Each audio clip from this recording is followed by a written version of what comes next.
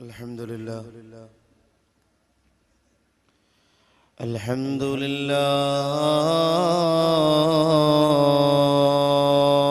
لله الحمد لله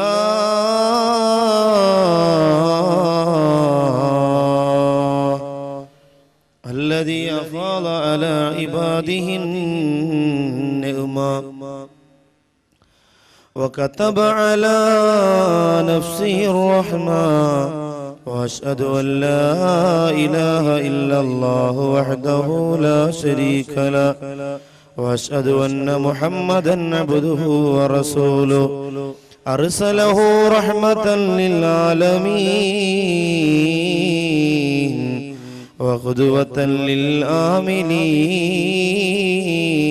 للآمنين بعثه للإيمان مناديا وإلى دار السلام داعيا وللخليقة هاديا ولكتابه مبينا وتاليا وبمرضاته سائيا وبالمعروف آمرا وبالمنكر ناهيا اللهم صل على روح سيدنا محمد في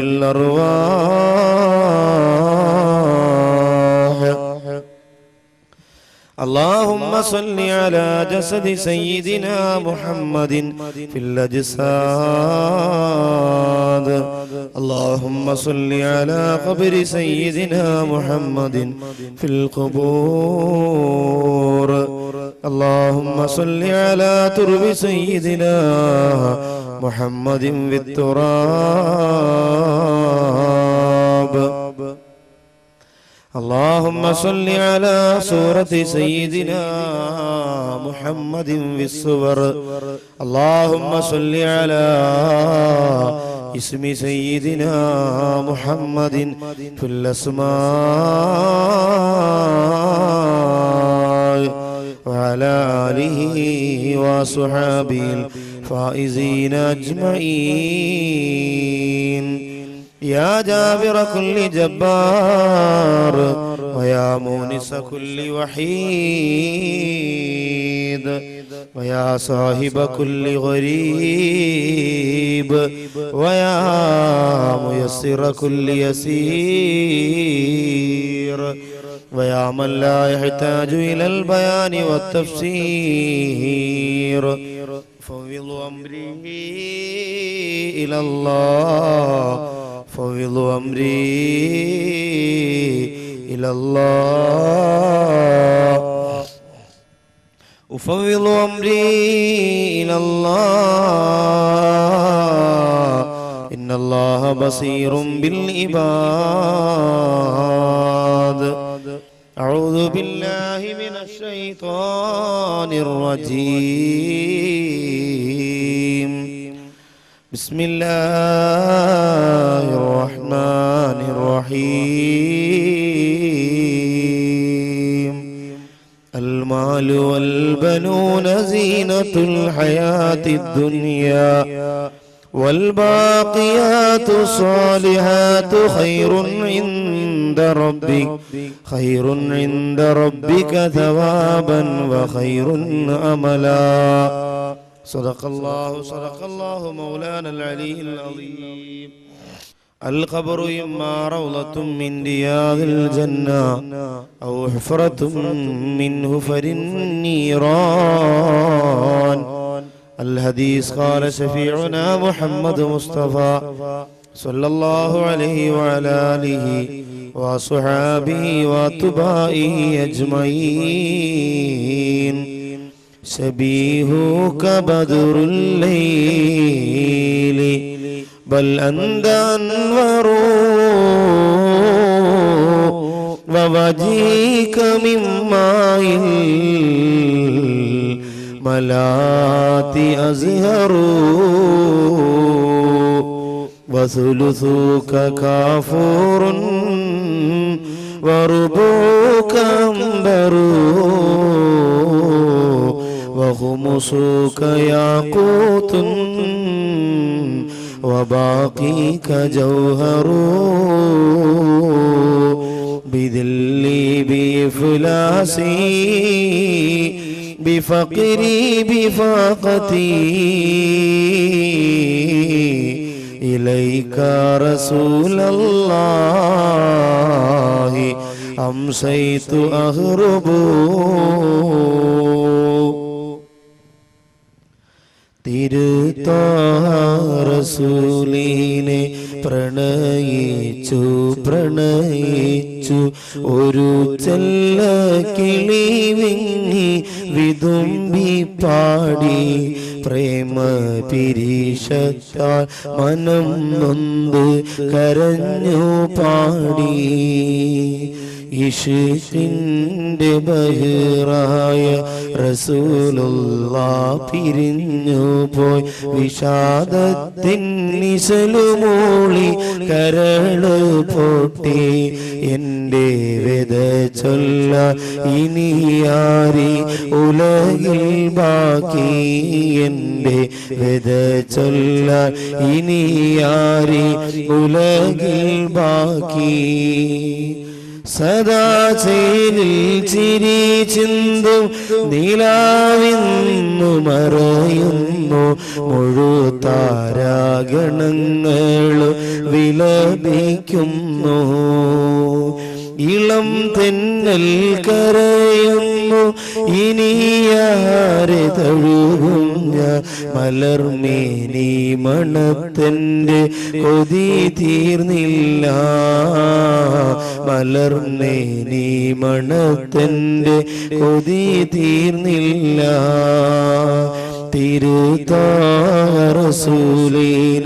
പ്രണയിച്ചു ഒരു ചെല്ല കിളി വിങ്ങി വിതുമ്പി പാടി പ്രേമ പിരീശത്ത മനം നൊന്ത് കരഞ്ഞു പാടി.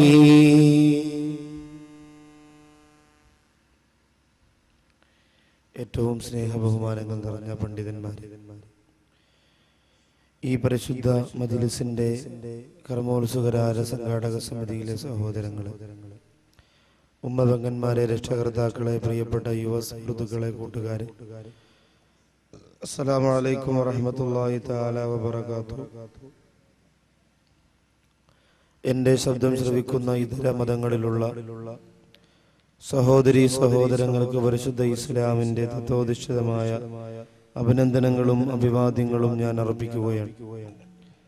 ജഗന്നിയന്താവും ജല്ലജലാലുമായ റബ്ബ് സുബ്ഹാനഹു വ തആല ഈ പരിശുദ്ധമായ വേദിയിൽ നാം ചർച്ച ചെയ്യുന്ന വിഷയത്തിന്റെ ഗൗരവം മനസ്സിലാക്കി അള്ളാഹുവിനെ ഭയന്ന് ജീവിക്കുവാനുള്ള ഭാഗ്യം അള്ളാഹു നമുക്ക് തരുമാറാകട്ടെ.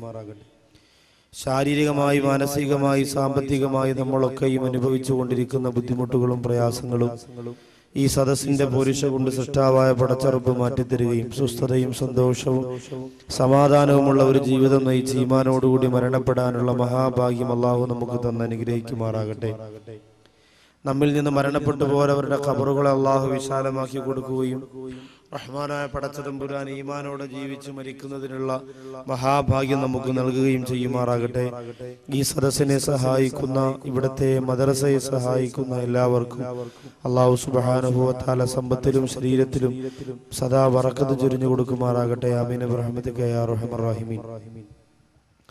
പ്രിയമുള്ള സഹോദരങ്ങളെ, സഹോദരിമാരെ, ആത്മാവിന്റെ നൊമ്പരങ്ങൾ എന്ന വിഷയത്തിന്റെ ഒരു ഭാഗം നാം ഇന്നലെ ചർച്ച ചെയ്തു. ഒരു മനുഷ്യൻ ഈ ദുനിയാവിൽ നിന്ന് പിരിയുമ്പോൾ, വിട പറയുമ്പോൾ, അവന്റെ ജീവിതത്തിൽ ഉമ്മായുടെ ഉദരത്തിനകത്ത് 4-ാമത്തെ മാസം സന്തത സഹചാരിയായി, ശരീരത്തിന്റെ കൂട്ടുകാരനായി അല്ലാഹു സുബ്ഹാനഹു വ തആല അവന് ഔദാര്യമായി കൊടുക്കുന്ന റൂഹ് അഥവാ ആത്മാവ് എന്ന വസ്തു നമ്മളോട് ആദ്യമായി വിട പറയുന്ന മരണം എന്നതിനെ സംബന്ധിച്ചു. അങ്ങനെ ആ റൂഹ് നമ്മുടെ കണ്ണുകളിലൂടെ ഊരിയെടുത്ത് റൂഹ് ഉയർന്നു പോകപ്പെടുമ്പോൾ ഇന്ന റൂഹ തബിഉൽ ബസറ, നമ്മുടെ 2 കണ്ണുകൾ ആ റൂഹിനെ ഇങ്ങനെ നോക്കി നിൽക്കുമെന്നും അതുകൊണ്ടാണ് കണ്ണ് പുറത്തേക്ക് തള്ളി വരുന്നത് എന്നും, ആ റൂഹ് അങ്ങനെ പിരിഞ്ഞു കഴിഞ്ഞാൽ 10 സ്ഥലങ്ങളിൽ ആ റൂഹ് മാറി നിന്നുകൊണ്ട് മയ്യത്ത് പരിപാലനത്തിനു വേണ്ടി വന്നവരെയും മരണ വീട്ടിൽ സഹായിക്കാനും മറ്റുള്ളവരെ സാന്ത്വനപ്പെടുത്തുവാനും വന്ന ബന്ധുക്കളെയും കുടുംബക്കാരെയും കൂട്ടുകാരെയും നോക്കിയിട്ട് ആ മയ്യത്ത് വിളിച്ചു പറയും, അല്ലെങ്കിൽ ആ റൂഹ് വിളിച്ചു പറയും എന്ന വിഷയത്തെ ആസ്പദമാക്കിയാണ് നാം ഇന്നലെ 5 സമയങ്ങളെ കുറിച്ച് നാം പറഞ്ഞു. 5 സമയങ്ങളിൽ ആത്മാവിന്റെ നിലവിളിയെ സംബന്ധിച്ച്, റൂഹിന്റെ നൊമ്പരങ്ങളെ സംബന്ധിച്ച് പറഞ്ഞു. നബി സല്ലല്ലാഹു അലൈഹി വസല്ലമ തങ്ങൾ ആയിഷ ബീവി റളിയല്ലാഹു തആല അൻഹയോട് പറഞ്ഞു കൊടുക്കുന്ന രംഗമാണ് ഇത്. തന്നെ ഈ ഹദീസ് തന്നെ മറ്റൊരു റിപ്പോർട്ടിൽ നബി സല്ലല്ലാഹു അലൈഹി വസല്ലമ തങ്ങൾ ആയിഷ ബീവി റളിയല്ലാഹു അൻഹയോട് ചോദിച്ചു, പ്രിയപ്പെട്ട ആയിഷ, അയ്യു ഹാലിൻ അശദ്ദു അലൽ മയ്യിത്തി, ഒരു മയ്യത്തിന് ഏറ്റവും ഭയാനകരമായ ഒരു രംഗം ആ വീട്ടിലുണ്ട്, അതെപ്പോഴാണെന്ന് നിനക്കറിയുമോ?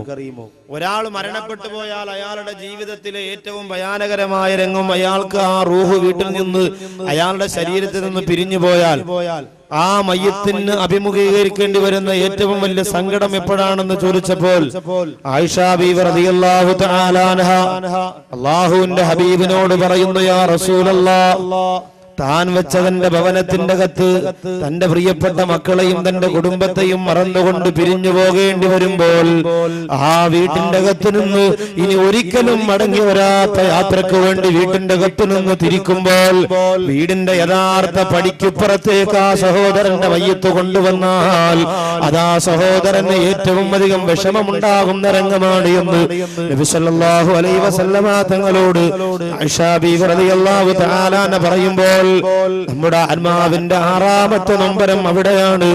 അതേ, ആ മയ്യത്തിനെ ചുമന്നുകൊണ്ട് സന്തൂക്കിന്റെ അകത്തേക്ക് എടുത്തു വെക്കുമ്പോൾ ആ ശരീരത്തിന്റെ കൂടെ ഇത്രയും നാൾ സഹകരിച്ചിരുന്ന 4ാമത്തെ മാസം ഉമ്മാടെ ഉദരത്തിനകത്ത് വെച്ച് റഹ്മാനാര പടച്ചതമ്പുരാൻ കൊടുത്തിരുന്ന റൂഹുണ്ടല്ലോ, ആ റൂഹ് വിളിച്ചു പറയുന്നു, യാ ജമാഅത്തി യാ ഹിബായി, എന്റെ മയ്യത്ത് ചുമക്കുന്നവരെ, എന്നെ ഇഷ്ടപ്പെടുന്നവരെ, എന്നെ പള്ളിയിലേക്ക് അടക്കുവാനായി ധൃതിയിൽ കൊണ്ടുപോകുന്നവരെ, എന്റെ വീട്ടിൽ അവസാനമായി എന്നെ ഓർത്ത് കരയുന്നതാരാണെന്ന് ഞാനൊന്ന് നോക്കട്ടെ, അവസാനമായി എന്നെ ഓർത്തുകൊണ്ട് കണ്ണീരൊഴുക്കുന്നതാരാണെന്ന് ഞാനൊന്നറിയട്ടെ എന്ന് പറഞ്ഞുകൊണ്ട് ആ പ്രിയപ്പെട്ട റൂഹ ശരീരത്തെ ചുമക്കുന്ന ബന്ധുക്കളോട് പറയുമെന്നാണ്. എന്റെ വീട്ടിന്റെ അകത്തിരുന്ന എന്റെ ഭാര്യയാണോ, എന്റെ ജീവനക്കാർ ഇഷ്ടപ്പെട്ടിരുന്ന എന്റെ മക്കളാണോ, എന്റെ സമ്പാദ്യം കൊണ്ട് ജീവിതത്തിൽ സന്തോഷിച്ചിരുന്ന എന്റെ ഉമ്മയാണോ, എന്റെ ഉപ്പയാണോ, എന്റെ കൂട്ടുകാരാണോ, ആരാണ് അവസാനമായി ഞാൻ ഈ വീട്ടിന്റെ അകത്ത് നിന്ന് ഒരിക്കലും മടങ്ങി വരാത്ത യാത്രക്ക് വേണ്ടി തിരിക്കുമ്പോൾ അവസാനമായി കരയുന്നത് ആരാണെന്നറിയാൻ ഒന്ന് പതുക്കെ കൊണ്ടുപോകുമോ, ഞാനൊന്ന് ശ്രദ്ധിക്കട്ടെ എന്ന് 6ാമതാ റൂഹ് വിളിച്ചു പറയുമെന്ന് നബിയുനാ മുഹമ്മദ് മുസ്തഫ സല്ലല്ലാഹു അലൈഹി വസല്ലമ തങ്ങൾ പറയുകയാണ്, എന്റെ പ്രിയപ്പെട്ട സഹോദരങ്ങളെ, അതുകൊണ്ട് മരണ വീട്ടിൽ നിങ്ങൾ കരയണം എന്നതിന് അർത്ഥമില്ല, മറിച്ച് എന്നെ ഓർത്തുകൊണ്ട്, എന്റെ വിടവാങ്ങൽ ഓർത്തുകൊണ്ട്, ഞാൻ പിരിയുന്നതറിഞ്ഞുകൊണ്ട് ഇനി ഒരിക്കലും എന്റെ വീട്ടിലേക്ക് ഞാൻ മടങ്ങി വരൂല എന്ന് മനസ്സിലാക്കിയ എന്റെ ബന്ധുക്കളിൽ ആരാണ് അവസാനമായി എന്നെ കൊണ്ടുപോകുമ്പോൾ മനസ്സ് നൊമ്പരപ്പെടുന്നത്, അവിടെ സ്നേഹത്തിന്റെ ആഴം ഞാനെന്നറിയട്ടെ എന്ന് പറഞ്ഞുകൊണ്ട് ആ റൂഹ് പ്രതീക്ഷയോടെ കാത്തിരിക്കുമെന്നാണ്. ഇന്ന് മരണ വീടുകളിലെ രംഗങ്ങൾ എന്താണ്? എന്റെ പ്രിയപ്പെട്ടവരെ, മരണ വീടുകളിൽ കരയാൻ വേണ്ടി മാത്രം ഹൈന്ദവ മതത്തിലെ സമുദായത്തിലെ സഹോദരിമാരെ പോലെ കരയാൻ വേണ്ടി മാത്രം ഒരു വിഭാഗം ജനിച്ചിരിക്കുന്നു. കരയാൻ വേണ്ടി മാത്രം. നമ്മൾ ആലോചിക്കണം, ഈ കരച്ചിൽ എന്ന് പറയുന്നത് എല്ലാവർക്കും അല്ലാഹു സുബ്ഹാനഹു വ തആല കൊടുത്തിട്ടുള്ളതാണ്. ചിരി എന്ന് പറയുന്നത് മനുഷ്യന് മാത്രമേ കൊടുത്തിട്ടുള്ളൂ. ലോകത്ത് ചിരിക്കാനുള്ള കഴിവ് അല്ലാഹു മനുഷ്യന് മാത്രമേ കൊടുത്തിട്ടുള്ളൂ. വേറെ ഒരു ജീവജാലങ്ങളും ലോകത്ത് ഇന്ന് വരെ ചിരിച്ചിട്ടില്ല, ഇനി ചിരിക്കുകയും. എപ്പോൾ ചിരിക്കണം, എങ്ങനെ കരയണം എന്ന വിഷയത്തിൽ ഒരു ദിവസം ചിരിയും ഒരു ദിവസം കരച്ചിലുമാണ്. പക്ഷെ അത് പോരുവഴിയിലൊക്കെ ഇപ്പൊ ഉടനെ വാതുണ്ട്, ആ സമയത്തൊക്കെ ആ വിഷയം നമുക്ക് ചർച്ച ചെയ്യാം. അപ്പൊ ഏതായാലും കരയുന്നതിന് ഒരുപാട് പ്രതിഫലമുണ്ട്. അള്ളാഹുവിനെ ഓർത്ത് കരയുന്നതിനും ഖുർആൻ ഓതി കരയുന്നതിനും നിസ്കരിക്കുമ്പോ കരയുന്നതിനും ഒക്കെ അള്ളാഹുവിന്റെ മുന്നിൽ ഒരുപാട് പുണ്യമുണ്ട്. പിന്നെ ദുആ ചെയ്യുമ്പോൾ കണ്ണീരൊഴുക്കുക, കരച്ചിൽ വന്നില്ലെങ്കിൽ നിങ്ങൾ കരയുന്നത് പോലെ അഭിനയിക്കുക എന്നുവരെ നബി സല്ലല്ലാഹു അലൈഹി വസല്ലം തങ്ങൾ പറഞ്ഞു. സഹോദരിമാരൊക്കെ, പഴയ കാലത്തുള്ള ഉമ്മമാരൊക്കെ യാസീൻ ഓതുമ്പോൾ കരയാറുണ്ട്. ഓതുന്നത് തെറ്റാണെങ്കിൽ ഓതി തീരുമ്പോൾ അവർ കരയാസീൻ ഇങ്ങനെ നീട്ടി വെച്ചിട്ട് പിന്നെ ദുഃഖമാണ്. പിന്നെ വൽ ഖുർആനിലൊക്കെ ഇങ്ങനെ സങ്കടത്തോട് സങ്കടമാണ്. പിന്നെ ഇങ്ങനെ പറഞ്ഞു അവസാനം വൈലി ബുക്ക് ഇങ്ങനെ പിടിച്ച് മുസല്ല വെക്കുന്നത് കാണാം. ഇത് കരച്ചിൽ അവർക്ക് ആയത്തിന്റെ അർത്ഥത്തെ കുറിച്ച് ചിന്തിച്ചുകൊണ്ടോ അതല്ലെങ്കിൽ യാസീൻ സൂറത്ത് എന്ന് പറയുന്നത് വലിയ ഗൗരവമുള്ള സംഭവമാണ് എന്നതുകൊണ്ടൊന്നുമല്ല. അവരിങ്ങനെ ഓതിക്കൊണ്ടിരിക്കുമ്പോൾ അവർക്ക് ജീവിതത്തിന്റെ പല കാര്യങ്ങളും ഓർമ്മ വരികയാണ്. ആ സങ്കടമുള്ള പല കാര്യങ്ങളും മനസ്സിൽ ചിന്തിച്ച് പഴയ കാലത്തുള്ള എന്റെ പ്രിയപ്പെട്ട സഹോദരിമാർ കരയുമായിരുന്നു. അതുപോലെ എന്റെ പ്രിയപ്പെട്ടവരെ, കണ്ണുനീരിന് അള്ളാഹുവിന്റെ ദീനിൽ വിലയുണ്ട്. നാളെ പരലോകത്ത് അള്ളാഹുവിന്റെ കോടതിയിൽ മീസാൻ എന്ന ത്രാസിൽ നമ്മുടെ കണ്ണുനീര് തൂക്കി നോക്കുമെന്ന്. അപ്പൊ സന്തൂക്കിലേക്ക് വീട്ടിൽ നിന്ന് കൊണ്ടിറങ്ങി സന്തൂക്കിലേക്ക് എടുത്തു വെക്കുമ്പോൾ അവസാനം ആരാണ് എന്നെ ഓർത്ത് കരയുന്നത് അത് കേൾക്കാൻ വേണ്ടി സങ്കടത്തോടെ റൂഹ് പ്രതീക്ഷിക്കുമെന്ന് എന്ന് പറഞ്ഞ് കൊണ്ടുപോകുമ്പോൾ ഒരു നിലവിളി സാധാരണ നമ്മുടെ വീട്ടിലുണ്ട്. നമ്മുടെ സഹോദരിമാർക്ക് എത്ര പറഞ്ഞാലും മനസ്സിലാവൂല. മരണ വീട്ടിൽ ശ്രദ്ധിക്കണമെന്നും മരണ വീട്ടിനോടൊരു അതവ് കാണിക്കണമെന്നും പറഞ്ഞാൽ എന്റെ പ്രിയപ്പെട്ടവർ മനസ്സിലാവൂല. പഴയ കാലത്തൊക്കെ നമ്മുടെ ഒരു പരിസരത്തൊരു മരണം നടന്നാൽ പിന്നെ 4-5 വീടുകളിൽ അന്ന് പാട്ട് പോലും ഇടൂല 2-3 ദിവസത്തേക്ക്. കാരണം അവരുടെ കൂടെ ആ അനുശോചനത്തിൽ അവർ പങ്കുചേരുകയാണ്. ഇന്നെല്ലാവർക്കും പത്രത്തിലൊരു അനുശോചനം പറഞ്ഞാൽ മതി. ആരെങ്കിലും മരണപ്പെട്ടാൽ ആ പോസ്റ്റർ കൊണ്ടുവന്ന് വാഹനത്തിന്റെ മുമ്പിലും ഓരോ പോസ്റ്റിന്റെ മുമ്പിലും കൊണ്ട് ഒട്ടിച്ചു വെച്ചിട്ട് ഞങ്ങളുടെ പ്രിയ കൂട്ടുകാരന് ആദരാഞ്ജലികളെന്ന് എഴുതി ഒട്ടിക്കുന്നതോടുകൂടി അതിനോടുള്ള എല്ലാ അതവും മര്യാദയും കഴിഞ്ഞു എന്നാണ്. എത്രയോ വൃത്തിഹീനമാണ് മരണ വീടുകളിൽ. ചില വലിയ വലിയ നേതാക്കന്മാർ വരും. അവര് വന്നിട്ട് ആദ്യം അകത്ത് കയറി മരണ വീട്ടിൽ ഇങ്ങനെ മയ്യത്തിനെ കിടത്തിയിരിക്കുമ്പോ മയ്യത്തിന്റെ മുഖം കാണാൻ വേണ്ടിയിട്ട് കയറി വരും. ആ സമയത്ത് എല്ലാവരും നോക്കുന്നത് മയ്യത്തിനെ അല്ല, ഈ മയ്യത്ത് കാണാൻ വന്നയാളിനെ.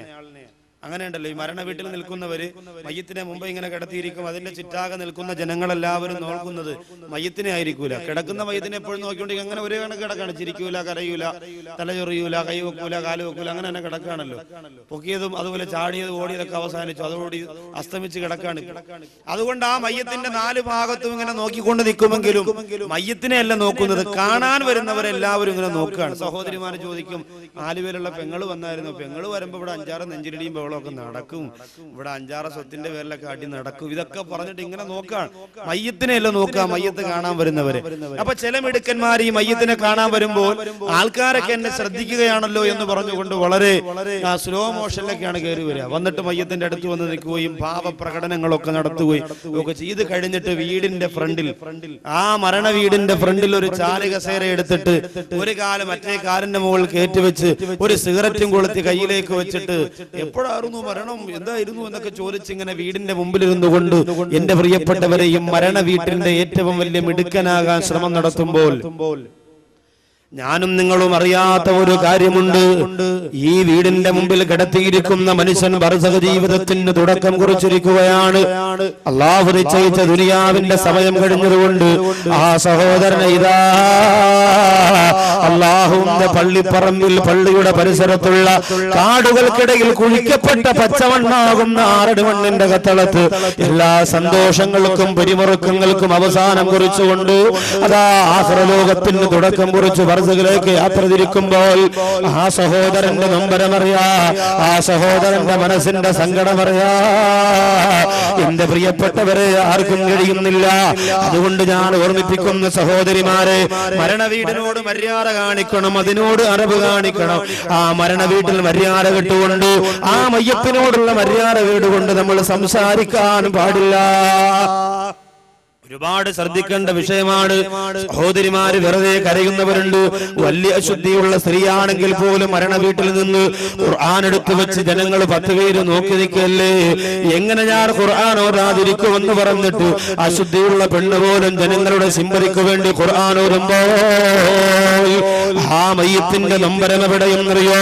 പള്ളിപ്പറമ്പിൽ ആ മയ്യത്തിനെ കിടക്കാൻ വേണ്ടിയിട്ട് കുഴിക്കുന്ന ഖബറിന്റെ ഓരോ വെട്ടുകൊള്ളുന്നതും ഈ മയ്യത്തിന്റെ നെഞ്ചിലാണ്. സങ്കടത്തോടെ പ്രയാസത്തോടെയാണ് ആ മയ്യത്ത് കിടക്കുന്നത്. എന്നെ കുളിപ്പിച്ചു കഴിഞ്ഞല്ലോ, എന്നെ പൊതിഞ്ഞു കഴിഞ്ഞല്ലോ, ഇതാ സന്തൂക്ക് കൊണ്ടുവന്നു, അതിന്റെ മുകളിലേക്ക് എടുത്തു വെക്കാൻ പോകുന്നു. ലാ ഇലാഹ ഇല്ലല്ലാഹ്. എന്ന് പറഞ്ഞുകൊണ്ട് ആ മയ്യത്തിനെ ഇതാ പള്ളിപ്പറമ്പിലേക്ക് കൊണ്ടുപോകാൻ പോകുമ്പോൾ ആറാമത്തെ റൂഹിന്റെ നൊമ്പരം എപ്പോഴാണ് പുറപ്പെടുന്നത് എന്ന് നബിയുനാ മുഹമ്മദ് മുസ്തഫ സല്ലല്ലാഹു അലൈഹി വസല്ലമ തങ്ങൾ പഠിപ്പിക്കുമ്പോൾ, സഹോദരിമാരെ, മരണ വീട്ടിലേക്ക് നിങ്ങൾ പോകുന്നത് നല്ലത് തന്നെയാണ്. ഒരു മരണ വീട്ടിലേക്ക് ചെന്നാൽ നിങ്ങൾ ആദ്യം ചെയ്യേണ്ടത് എന്താണ് പ്രിയപ്പെട്ടവരെ? മയ്യത്തിന്റെ ബന്ധുക്കളെ കാണുക എന്നതാണ്. ഭർത്താവാണ് മരിച്ചുപോയതെങ്കിൽ അയൽവാസികളാറ് സഹോദരിമാര് ചെന്നിട്ട് ആ ഭർത്താവിന്റെ ഭാര്യയെ കാണണം. എന്നിട്ട് അവരെ സമാധാനിപ്പിക്കണം. അവരെ ഈ അള്ളാഹുവിന്റെ വിധിയിൽ ക്ഷമിക്കാൻ പറഞ്ഞു കൊടുക്കണം. ഭക്ഷണം കഴിക്കാറ്, വെള്ളം കുടിക്കാറ്, തളർന്നു കിടക്കുന്നവരാണ് അവരെങ്കിൽ അവർക്ക് സമാധാനം പറഞ്ഞു കൊടുക്കണം. ഇല്ല, ഇതാണ് ഏറ്റവും വലിയ ജീവിച്ചിരിക്കുന്നവരുടെ ബാധ്യത. അല്ലാതെ എപ്പോഴും മയ്യത്തിന്റെ മുമ്പ് പോയി ഒരു ഖുർആനും ഇങ്ങനെ കയ്യിൽ വെച്ചുകൊണ്ട് ആണുങ്ങൾക്ക് വരാൻ വയ്യ, പൊതിയാൻ വയ്യ, പള്ളിപ്പറമ്പിലേക്ക് മയ്യത്ത് കൊണ്ടുപോകാൻ വയ്യ, ആ ഒരു അവസ്ഥയ്ക്ക് തടസ്സം സൃഷ്ടിച്ചുകൊണ്ട് നിൽക്കാൻ പാടില്ല. മാത്രമല്ല സഹോദരിമാരെ, എത്ര മരണം നടന്നു കഴിഞ്ഞാലും എത്ര ബുദ്ധിമുട്ട് ലോകത്ത് സംഭവിച്ചു കഴിഞ്ഞാലും ക്ഷമിക്കാൻ ഇസ്ലാം പറയുന്നു എങ്കിലും നമ്മളെ കൊണ്ട് വലിയ ബുദ്ധിമുട്ടുള്ള കാര്യമാണ്. ഏറ്റവും വലിയ സ്നേഹം നിങ്ങൾക്ക് തന്നിരുന്ന ഭർത്താവ് മരിക്കുമ്പോഴോ, നിങ്ങളുടെ മക്കൾ മരിക്കുമ്പോഴോ, നിങ്ങളുടെ കുടുംബക്കാർ മരിക്കുമ്പോഴോ ക്ഷമിക്കണമെന്ന് ഉസ്താദുമാർക്ക് പറയാനല്ലാതെ അവർക്ക് ക്ഷമിക്കാൻ കഴിയണമെന്നില്ല. കാരണം എന്താ? ജീവിതത്തിന്റെ എല്ലാ സമയങ്ങളും മക്കൾക്ക് വേണ്ടി ചെലവഴിച്ച് ജീവിതത്തിന്റെ ഒട്ടുമിക്ക ഭാഗങ്ങളും ആ കുടുംബത്തിന് വേണ്ടി വിനിയോഗിച്ച് അവസാനം ആ സ്നേഹം തന്ന കുടുംബനാഥൻ വിടവാങ്ങുമ്പോ ആ വിടവാങ്ങൽ മനസ്സിലൊന്നുകൊണ്ട് പൊട്ടിക്കരയുന്ന എന്റെ പ്രിയപ്പെട്ട സഹോദരിമാരെ, ലോകം ഏറ്റവും അധികം കരഞ്ഞു പോരാ, ലോകം ഏറ്റവും അധികം സങ്കടപ്പെട്ടു പോരാ, ലോകം പോലും കിടുകിടാ വിറച്ചുപോയ രംഗമാണല്ലോ ലോകത്തിലൊന്ന് ഹബീബായ നബി മുഹമ്മദ് മുസ്തഫ സല്ലല്ലാഹു അലൈഹി വസല്ലമ തങ്ങൾ വിട പറഞ്ഞു പോയത്. അത് ഈ സമുദായം ക്ഷമിച്ചില്ലേ? ഈ സമുദായത്തിലെ പ്രവാചകന്റെ പ്രിയപ്പെട്ട സ്നേഹിതന്മാരാരാ സഹാബത്ത് ശ്രമിച്ചില്ലേ? അവിടെ മനസ്സുരുകി പോയിട്ട് പോലും തളർന്നു പോയിട്ട് പോലും ക്ഷമയോടെ കരുത്തോടെ അള്ളാന്റെ ഹബീബിന്റെ വഫാത്തിനെ അഭിമുഖീകരിച്ചില്ലേ? ഭ്രാന്ത് പിടിച്ചവനെ പോലെ അലഞ്ഞു തിരിഞ്ഞ് വന്ന ഉമർ ഇബ്നുൽ ഖത്താബ് റളിയല്ലാഹു തആല അൻഹു, അബൂബക്കർ സിദ്ദീഖ് റളിയല്ലാഹു തആല അൻഹുവിന്റെ ക്ഷമയുടെ വാക്ക് കേട്ടുകൊണ്ട് മനസ്സിന് സമാധാനം കണ്ടെത്തി പോയിയെങ്കിൽ എന്റെ സഹോദരിമാരെ, നമ്മളാരും ഭർത്താവ് മരിച്ചു എന്ന് പറഞ്ഞുകൊണ്ട് ചില സഹോദരിമാര് വിചാരിക്കും അന്ന് തലമറയ്ക്കണ്ട, അന്ന് നല്ലതുപോലെ ഡ്രസ്സ് ധരിക്കണ്ട. എത്രയോ മരണ വീട്ടിൽ ഭർത്താവ് മരിച്ചു കിടക്കുമ്പോൾ ശരീരത്തിന്റെ നഗ്നത തുറന്നിട്ടുകൊണ്ട് മയ്യത്തിന്റെ മുമ്പ് വന്നുകൊണ്ട് നെഞ്ചത്തടിച്ച് വിളിക്കുന്ന പെണ്ണേ, നിന്റെ ഭർത്താവ് ചെയ്ത അമലുമായി ഭർത്താവ് പോയി, എന്തിനാണ് മോളെ ആ ഭർത്താവിന് അദാബ് വാങ്ങിക്കൊടുക്കുന്നത്? സ്നേഹമുള്ളവളാണ് നീയെങ്കില്, ഭർത്താവിന്റെ പരലോകം രക്ഷപ്പെടണമെന്ന് കൊതിക്കുന്നവളാണ് നീയെങ്കില് മാറപ്പിടിച്ച് അട്ടഹസിക്കല്ല പെണ്ണേ. അത് ഹൈന്ദവരുടെ ആചാരമാണ്.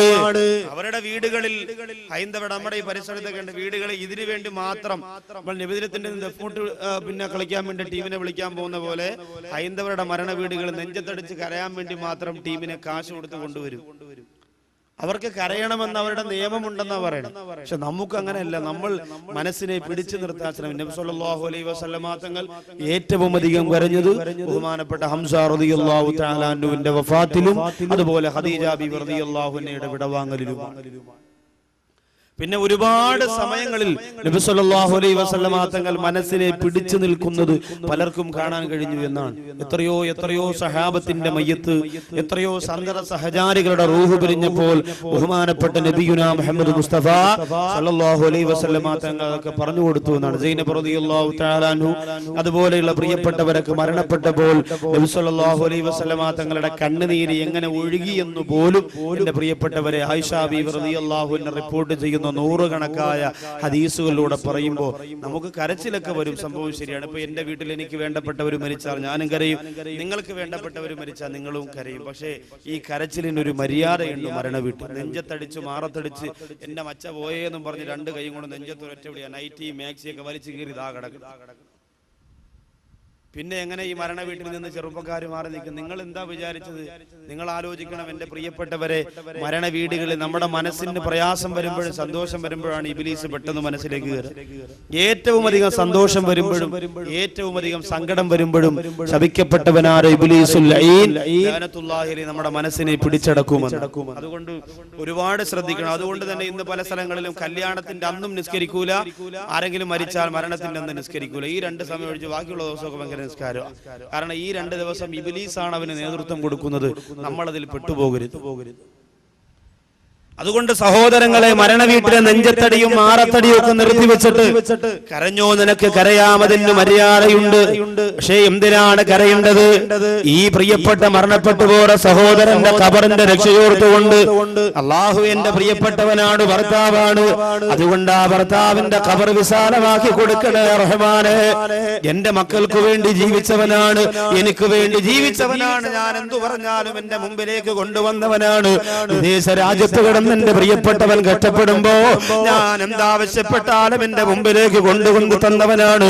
അതുകൊണ്ട് എന്റെ പ്രിയപ്പെട്ട ഭർത്താവ് ഇന്ന് മുതൽ ബർസഖിന്റെ ജീവിതത്തിന് തുടക്കം കുറിക്കുമ്പോ എന്റെ പ്രിയപ്പെട്ട ഭർത്താവിന്റെ ഖബർ വിശാലമാക്കി കൊടുക്കണേ അല്ലാഹ് എന്നോർത്തുകൊണ്ട് കരയാമത് മാത്രമല്ല, ബഹുമാനപ്പെട്ട ഉമ്മു സുലൈം റളിയല്ലാഹു തആല അൻഹുവിനോട് അബൂ സലമ റളിയല്ലാഹു തആല അൻഹു പഠിപ്പിച്ചു കൊടുത്ത ദിക്ർ എന്താണ്?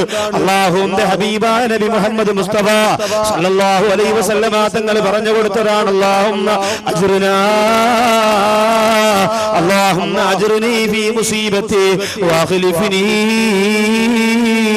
ഖൈറൻ മിൻഹാ. നബി സല്ലല്ലാഹു അലൈഹി വസല്ലമ തങ്ങൾ അടുത്തു പോയിരുന്നിട്ട് ബഹുമാനപ്പെട്ട അബൂ സലമ റളിയല്ലാഹു തആല അൻഹു പഠിച്ചുകൊണ്ട് വന്ന ദിക്റാണ്. ഉമ്മു സലമയോട് പറഞ്ഞു കൊടുത്തു, പെണ്ണേ, വിലപ്പെട്ടത് എന്തെങ്കിലും നിനക്ക് നഷ്ടപ്പെട്ടു പോയാൽ, ഏറ്റവും വേണ്ടപ്പെട്ട വിലപ്പെട്ടത് എന്തെങ്കിലും നിനക്ക് നഷ്ടപ്പെട്ടു പോയാൽ, പെണ്ണെ ഈ ദിക്ർ പറയാ. അള്ളാന്റെ റസൂല് പറഞ്ഞിട്ടുണ്ട്. എന്ത് ദിക്റാണെന്ന് ചോദിച്ചപ്പോ അബൂ സലമ റളിയല്ലാഹു തആല അൻഹു പറഞ്ഞു കൊടുക്കുന്നു, അല്ലാഹുമ്മ അജ്റിനി ഫീ മുസീബതി വഖ്ലിഫ്നി ഖൈറൻ മിൻഹാ. അല്ലാഹുവേ, എനിക്ക് സംഭവിച്ചു പോയ വിപത്തിൽ നീ എനിക്ക് പ്രതിഫലം തരണേ റഹ്മാനെ. വഖ്ലിഫ്നി ഖൈറൻ മിൻഹാ, അതിനേക്കാൾ ശ്രേഷ്ഠമായത് എനിക്ക് നീ പകരം തരണേ തമ്പുരാനെ. അല്ലാഹുവിന്റെ ഹബീബായ നബി തങ്ങൾ ഈ ദിക്ർ പറഞ്ഞു കൊടുത്തപ്പോ അബൂ സലമ റളിയല്ലാഹു അൻഹു തന്റെ ഭാര്യയോട് പഠിപ്പിച്ചു കൊടുത്തു. ഭാര്യ മനസ്സുകൊണ്ട് ആ ദിക്ർ പഠിച്ചു വെച്ചിരുന്നു. അവസാനം ഒരുപാട് ദിവസം കഴിഞ്ഞപ്പോ അബൂ സലമ റളിയല്ലാഹു തആല അൻഹു മരണപ്പെട്ടു പോയി. ഈ ദിക്ർ പഠിപ്പിച്ചു കൊടുത്ത നബി തങ്ങൾ പറഞ്ഞു കൊടുത്ത ദിക്റും കൊണ്ട് വീട്ടിൽ നിന്ന് ഭാര്യയ്ക്ക് പഠിപ്പിച്ചു കൊടുത്ത അബൂ സലമ റളിയല്ലാഹു അൻഹു മരിച്ചുപോയി. മരിച്ചുപോയപ്പോ ഭർത്താവ് മരിച്ച 4 മാസവും 10 ദിവസവും ഇദ്ദ ഇരിക്കണമെന്ന്. സഹോദരിമാർക്ക് ഈ പരിസരത്തൊക്കെ വനിതാ ക്ലാസിന്റെ അവസ്ഥയൊന്നും എനിക്കറിയില്ല. എന്നാലും എന്റെ പ്രിയപ്പെട്ടവരെ, പഠനവേദികൾ നടത്തി സഹോദരിമാർക്ക് ഇദ്ദയുടെ കാലാവധിയും ഇദ്ദയുടെ സൂക്ഷ്മതയൊക്കെ പറഞ്ഞു മനസ്സിലാക്കി കൊടുക്കും. ഇല്ലെങ്കിൽ അത് അപകടമാണ്. ആ സമയത്ത് അവരാരും പിന്നീട് പഠിക്കാമല്ലോ, ഭർത്താവ് മരിച്ചിട്ടല്ലേ, ഒന്നും പറയാൻ നമുക്ക് പറ്റൂല. നമ്മുടെ ഇദ്ദയുടെ കാലാവധി സഹോദരിമാർ അറിഞ്ഞിരിക്കണം, അത് പഠിക്കണം. ആവശ്യമില്ലാത്തതെല്ലാം പഠിച്ച് ആവശ്യമുള്ളത് മുഴുവനും ഒഴിവാക്കുന്ന ഒരു രംഗം നമുക്ക് ഉണ്ടാവാൻ പാടില്ല. അവനെ 4 മാസവും 10 ദിവസവും ഈ ബഹുമാനപ്പെട്ട ഉമ്മു സലമ റളിയല്ലാഹു അൻഹ ഇദ്ദ ഇരുന്നപ്പോ ഈ ദുആയാണ് പഠിച്ചത്. ഭർത്താവ് പഠിപ്പിച്ചു കൊടുത്ത ദുആ, അള്ളാന്റെ ഹബീബ് നിന്റെ നേതൃത്വത്തിൽ ഭർത്താവ് തന്റെ വീട്ടിൽ വന്ന് പഠിപ്പിച്ചു കൊടുത്ത ദുആ. എന്ത് ദുആ?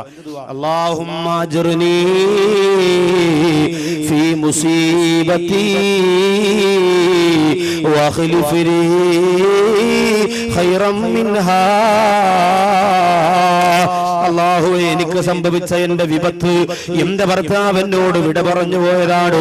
എത്ര സ്നേഹമായിരുന്നു അല്ലാഹ്, എത്ര സന്തോഷമായിരുന്നു അല്ലാഹ്.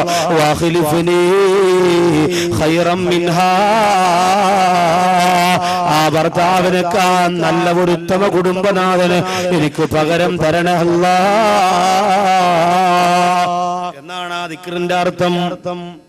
മക്കൾ മരിച്ചാലും എന്തെങ്കിലും സാധനങ്ങൾ നഷ്ടപ്പെട്ടു പോയാലും ഭർത്താവ് മരിച്ചാലും എല്ലാ സഹോദരിമാര് ദിക്റ് ചൊല്ലണം. ഭാര്യമാര് മരിച്ചാലും നിങ്ങൾ അങ്ങനെ തന്നെയാണ് ദിക്റ് ചൊല്ലണം. അങ്ങനെ ദിക്റ് ചൊല്ലുമ്പോ അള്ളാന്റെ ഹബീബ് പഠിപ്പിച്ച ദിക്റിന്റെ മഹത്വമുണ്ടല്ലോ. ആ ദിക്റിന് പകരമായി മരിച്ചുപോയവരെക്കാൾ ശ്രേഷ്ഠമായവരെ നിങ്ങൾക്ക് അല്ലാഹു തിരിച്ചു തരുന്നതാണ്. ബഹുമാനപ്പെട്ട ഉമ്മു സലമ റളിയല്ലാഹു തആല മനസ്സുകൊണ്ട് സഹാബത്തിനോട് പറയുന്ന സഹാബ, എന്റെ ഭർത്താവ് മരിച്ചപ്പോ അതിനേക്കാൾ ഉത്തമനായവനെ തിരിച്ചു തരണമെന്ന് അള്ളാഹുവിന്റെ റസൂല് പഠിപ്പിച്ച ദിക്റ് ഞാൻ ചൊല്ലിയെങ്കിലും എന്റെ മനസ്സിലറിയാ ആരാണ് ദുനിയാവിൽ അയാളെക്കാ ശ്രേഷ്ഠമായത്? എന്റെ ഭർത്താവിനെക്കാൾ എന്നെ സ്നേഹിച്ചവരാരുമില്ലല്ലോ, എന്റെ ഭർത്താവിനെക്കാൾ ദീനുള്ളവരാരുമില്ലല്ലോ, എന്റെ ഭർത്താവിനെക്കാൾ എന്റെ കുടുംബം പോറ്റുന്നവരാരുമില്ലല്ലോ എന്ന് ചിന്തിച്ചുകൊണ്ട് എനിക്കിനി ആരാണ് ഇതിന് പകരം വരാറുള്ളത്? ഭർത്താവിനെക്കാൾ മെച്ചമായത് ദുനിയാവിൽ വേറെ ആരുമില്ല. ഞാൻ കണ്ട മനുഷ്യരിൽ വെച്ച് ഏറ്റവും ഉത്കൃഷ്ടനാണ് അബൂസലമ. അബൂസലമ മരണപ്പെട്ടു പോയപ്പോൾ ഇനി അബൂസലമയ്ക്ക് പകരം ആരാണ് എനിക്ക് വരാനുള്ളത്? പക്ഷേ ഫലം മംഗളത്തെ യുദ്ധത്തി ഉമ്മു സലമ റളിയല്ലാഹു അൻഹ പറയുന്നു, എന്റെ ഇദ്ദയുടെ കാലാവധി കഴിഞ്ഞപ്പോൾ ഖത്തബനി റസൂലുള്ളാഹ്, അല്ലാഹുവിന്റെ റസൂൽ വിവാഹാലോചനയുമായി ചെല്ലുകയാണ്. ബഹുമാനപ്പെട്ട ഉമ്മു സലമ റളിയല്ലാഹു അൻഹ പറയുന്നു, 40 ദിവസം ഞാൻ ഇദ്ദയിരുന്നു കൊണ്ട്, 4 മാസവും 10 ദിവസവും ഇദ്ദയിരുന്നു കൊണ്ട് എന്റെ പ്രിയപ്പെട്ട ഭർത്താവിന്റെ വിയോഗത്തിന്റെ ദിക്ർ ഞാൻ അങ്ങ് ചൊല്ലിയപ്പോ, റസൂലുള്ള പഠിപ്പിച്ച ദിക്ർ അങ്ങ് ചൊല്ലിയപ്പോ എന്റെ ഭർത്താവിനേക്കാൾ ഉത്തമനായ ഭർത്താവിന് പകരം തരണമെന്ന് കരഞ്ഞുകൊണ്ട് എന്റെ പടച്ച റബ്ബിനോട് പറഞ്ഞപ്പോ അല്ലാഹു എനിക്ക് സമ്മാനമായി തന്നതാരാ? റസൂലുള്ളാഹി തിങ്കൾ ഹബീബുള്ളാഹി തൊയ്വ പദീം ജീവേ തൗഹീദുളി നിലാവേ അർശും കുർസിനും അധിപതി ഉടയോന് അസനത്ത് ഉലകത്തിൽ ഉരച്ച പോയേ. അർശും കുർസിനും അധിപതി ഉടയോന് അസനത്ത് ഉലകത്തിൽ ഉരച്ച പോയേ. താഹ റസൂലുള്ളാഹി തിങ്കൾ ഹബീബുള്ളാഹി.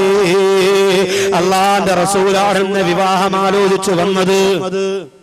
ആ ദുആ ഞാൻ ചൊല്ലിയത് കൊണ്ട് അള്ളാന്റെ ഹബീബിനെയാണ് പിന്നെ എനിക്ക് ഭർത്താവായിട്ട് കിട്ടിയത്, അൽഹംദുലില്ലാഹ് എന്ന് കരഞ്ഞുകൊണ്ട് തന്റെ പ്രിയപ്പെട്ട സഹാബത്തിനോട് ഉമ്മു സലമ റളിയല്ലാഹു തആല വ്യക്തമാക്കി കൊടുക്കുമ്പോ മരണ വീട്ടിൽ നെഞ്ചത്തടിക്കുന്ന പെണ്ണേ, ഭർത്താവിന്റെ പരലോകരക്ഷ ഓർത്തുകൊണ്ടാണ് കരയേണ്ടത്.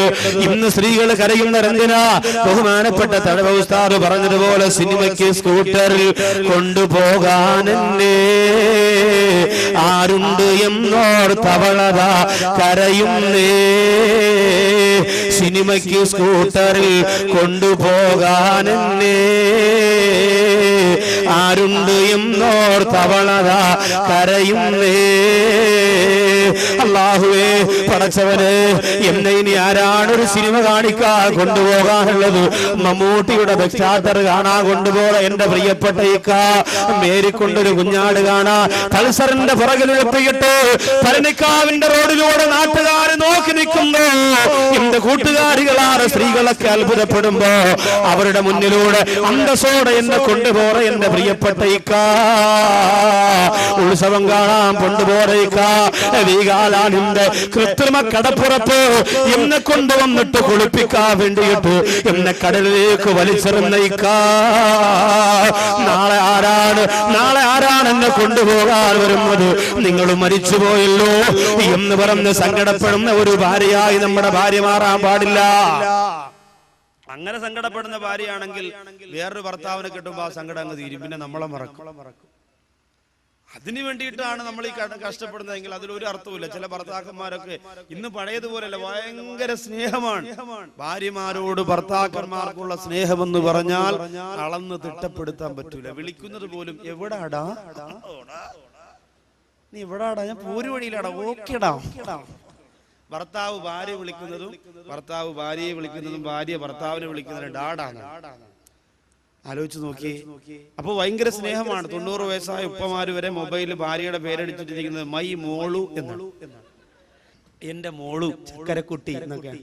ഇന്ന് ഭാര്യയുടെ പേര് വിളിക്കുമല്ലോ, കരള്, കൊടല്. ഇതൊക്കെ ഇങ്ങനെ ഈ ആൽബം കണ്ട് എന്റെ പ്രിയപ്പെട്ട ചെറുപ്പക്കാരൊക്കെ ആ മോഡലിലേക്ക് കാര്യങ്ങൾ നിൽക്കും. വലിയ സ്നേഹമാണ്. പ്രിയപ്പെട്ട ഉമ്മായ വേണമെങ്കിൽ വരെ ഉദരത്തിൽ കത്തി കടത്താൻ ഭാര്യ ഒരു മൂളല് തന്നാ മതി. മക്കള് തയ്യാറാണ്. ഉമ്മായെ തള്ളിപ്പറയാനും ഉപ്പായ വീട്ടിൽ നിന്ന് അടിച്ചിറക്കാനും പ്രിയപ്പെട്ട ഭാര്യ ഒന്ന് കണ്ണു കാണിച്ചാൽ റെഡിയാണ്. അതിനൊക്കെ തയ്യാറാണ്. അള്ളാഹു കാത്തുരക്ഷിക്കട്ടെ. എന്റെ പ്രിയപ്പെട്ട സഹോദരിമാരെ, അതുകൊണ്ട് ഭർത്താക്കന്മാര് മരണപ്പെടുമ്പോ നമ്മൾ അങ്ങനെയല്ല ചിന്തിച്ച് കരയാനുള്ളത്. പിന്നെയോ, എന്റെ ഭർത്താവ് എനിക്ക് തന്ന ഭക്ഷണത്തിനും എനിക്ക് തന്ന ചിലവിനും അർഹമായ പ്രതിഫലം നീ പരലോകത്ത് കൊടുക്കണേ അല്ലാ. ഇന്നലെ രാത്രി എന്റെ ശരീരത്തോട് ഒട്ടിച്ചേർന്ന് കിടന്ന എന്റെ പ്രിയപ്പെട്ടവരാണ് ഇന്ന് പച്ചമണ്ണിന്റെ അകത്ത് കിടക്കുന്നതല്ല എന്ന് ഓർത്തുകൊണ്ട് വേണം സങ്കടപ്പെടാൻ. വിഷയത്തിലേക്ക് മടങ്ങി വരട്ടെ. ഏഴാമത് നമ്മുടെ ആത്മാവ് നൊമ്പരപ്പെടുന്നത് എപ്പോഴാണ്? ഏഴാമത് നമ്മുടെ ആത്മാവ് നൊമ്പരപ്പെടുന്നത് എപ്പോഴെന്നറിയുമോ? സന്തൂഖനകത്തേക്ക് നമ്മുടെ മയ്യത്ത് വെച്ചിട്ട് അവിടെ 3 ചുവട്ടടി വീട്ടിൽ നിന്ന് മുമ്പോട്ട് കൊണ്ടു നടക്കുകയാണ്. ലാ ഇലാഹ ഇല്ലല്ലാഹു ലാ ഇലാഹ ഇല്ലല്ലാഹ്.